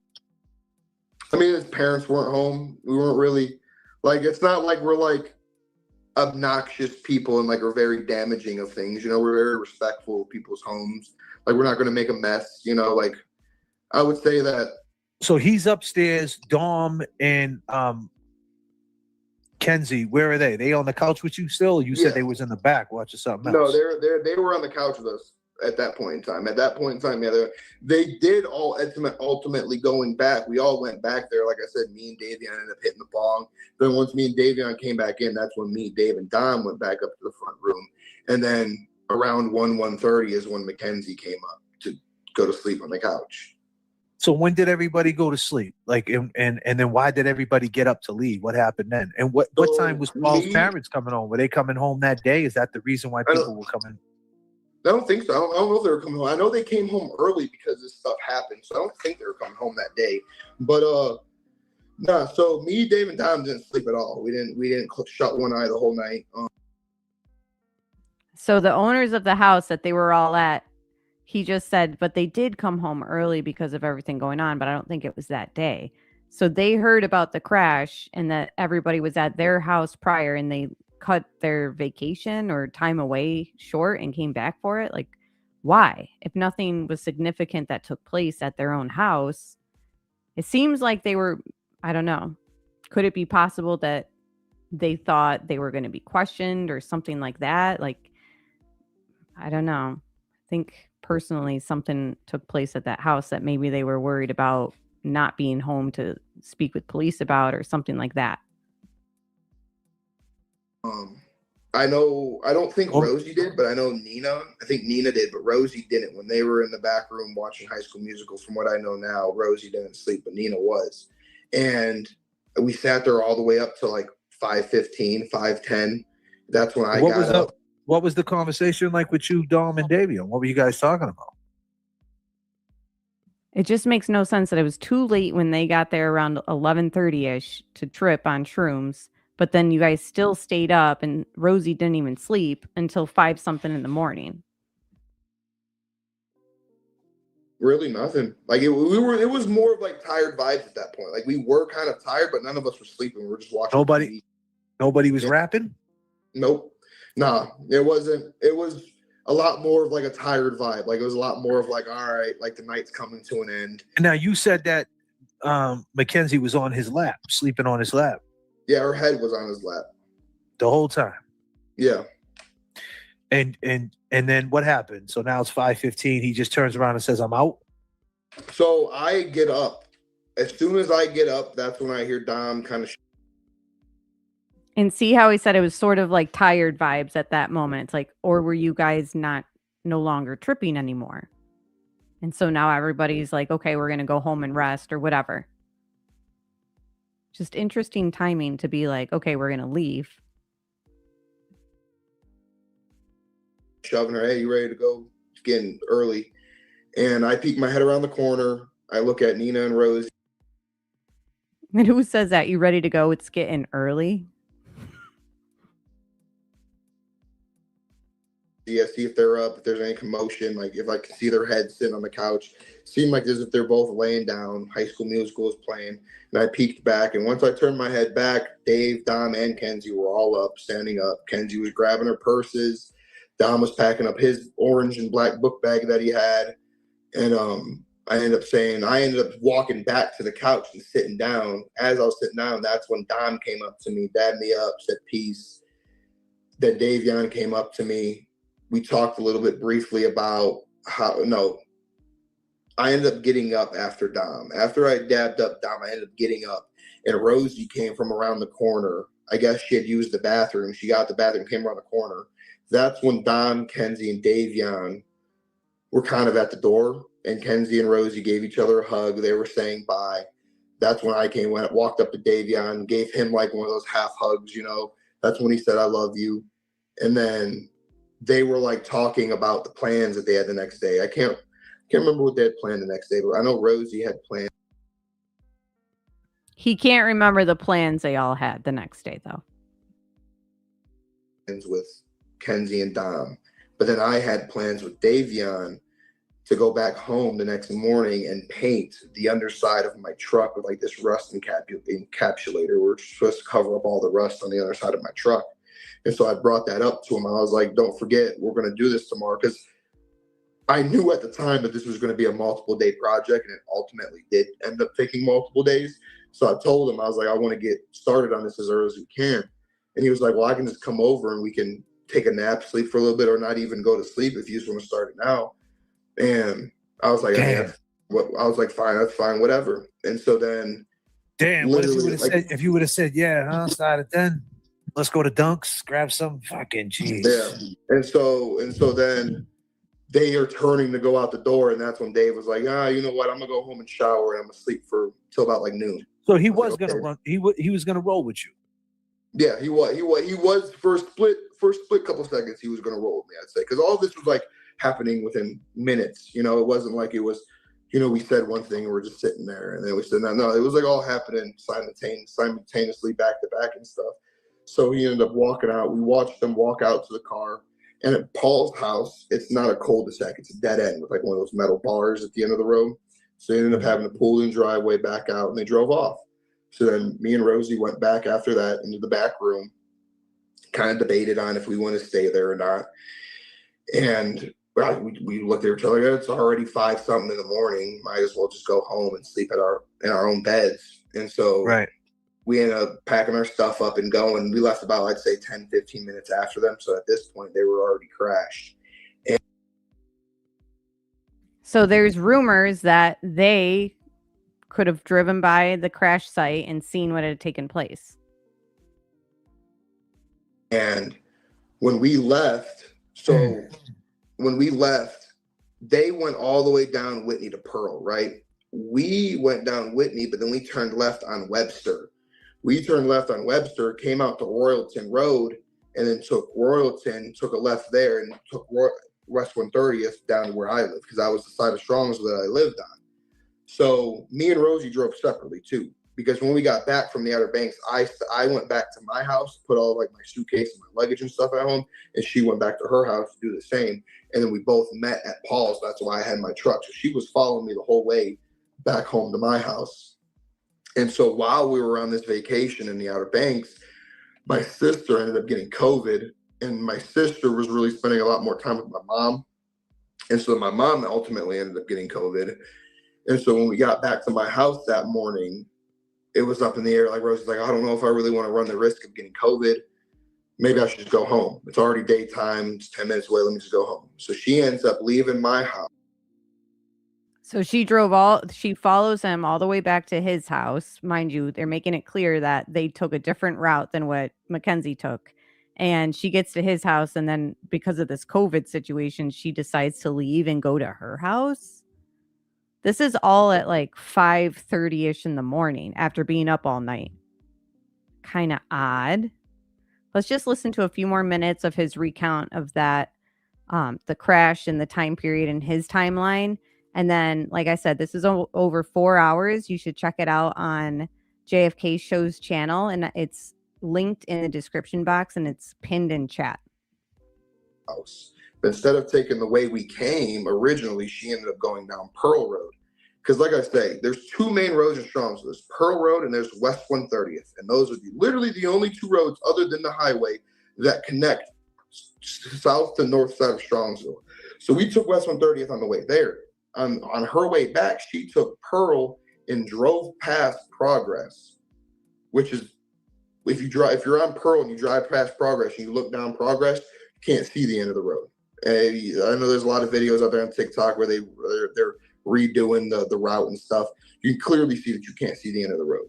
So that's where like the whole thing of her driving past the route came from, is that she was sharing a story, because after they had passed where they had crashed at, it kind of turned into like a memorial spot to where a lot of kids that were close to these people would go there at all times of the day, in the middle of the night. And there would at least always be like 10 to 20 of us or even more people, there at a time, and we're all just sharing stories, sharing happy stories, saying things about them. And I'm assuming at some point she was sharing the story, and that's where it got mistranscribed and set into a police interview. But what that story was is, as she was driving home, and mind you, like anyone that lives in Strongsville, when you're driving down Pearl Road, man, like that's a road that you're destined to have memories on. That's a road that's like you have to take almost daily living in Strongsville. Like you pretty much go on that road almost daily living in Strongsville. And so she's like driving down this road, and she's thinking about, because the whole theme of that night was college. Like, I'm going to college in 9 days on August 9th for football. They're following and going into college a week after me. So like all of us, Paul was going to college. The only people that weren't were Don, Kenzie. Okay, we get it. The only people that weren't were Dom, Kenzie, and Davion. So you guys all went to college. They didn't. Got it. She didn't drive by the crash site, according to Bubba. Got it. Let's see how long we got in. We only did an hour and a half, and it's 4 hours and 25 minutes. So Days. if there's anything else that I find significant, I will definitely pull out statements here and there in our next Friday's deep dive into the case. Remember, we have the documents from her trial to go through, her prison phone calls to go through, her text messages to go through, social media posts. Like, we're doing deep dives every Friday into this. But the summary of this video basically says this. This video is an interview between Bubba Turner, who appeared in the Netflix documentary about the Mackenzie Shirilla case. The host and Bubba discussed the circumstances surrounding the fatal crash that led to the deaths of Dominic and Davion. Key topics covered: challenging the narrative. Bubba argues against the documentary's framing, which suggests Mackenzie acted with intent. He asserts there was no fight or premeditated malice, describing the event as a tragic accident rather than murder. The Friends group's perspective. Bubba shares details about the Friends group, their activities that night, such as watching South Park and shark documentaries, and his view that the dynamic was positive and normal, contrary to reports of instability. Critique of the documentary. Bubba expresses frustration with the editing process, noting that much of his 15 to 16 hours of recorded footage was condensed or omitted, leading to misrepresentation of his and his friends' experiences. Misinformation. Throughout this conversation, the group addresses various rumors such as Rosie visiting the crash site to steal drugs, or the claim that they were not actually close friends with the victims. Trial concerns. Bubba questions the validity of the trial, pointing out the short duration of a double homicide case and the lack of strong defense. Conclusions. Bubba concludes that his primary goal for the interview was to correct misinformation, address the lack of context in the Netflix production, and share his side of the story regarding the tragic events that occurred in Strongsville. So yeah, check it out if you guys want to watch the full thing. Like I said, I will pull out noteworthy clips if I think that they're like worthy of us like including in our streams when we do our own deep dives. But yeah, JFK show, check it out, linked and pinned in chat. Tomorrow night is our hangout night, so we're going to be going we're going to talk about the aftermath of CrimeCon and what has taken this place what has taken place this week after everyone kind of left, went home, checked their footage, and had their own experiences to share what they thought of CrimeCon. So we're going to discuss that tomorrow night. Hit the like button on the way out. Thank you guys so much, and join us for tomorrow night's hangout night, and then next Friday for another Mackenzie Shirilla deep dive.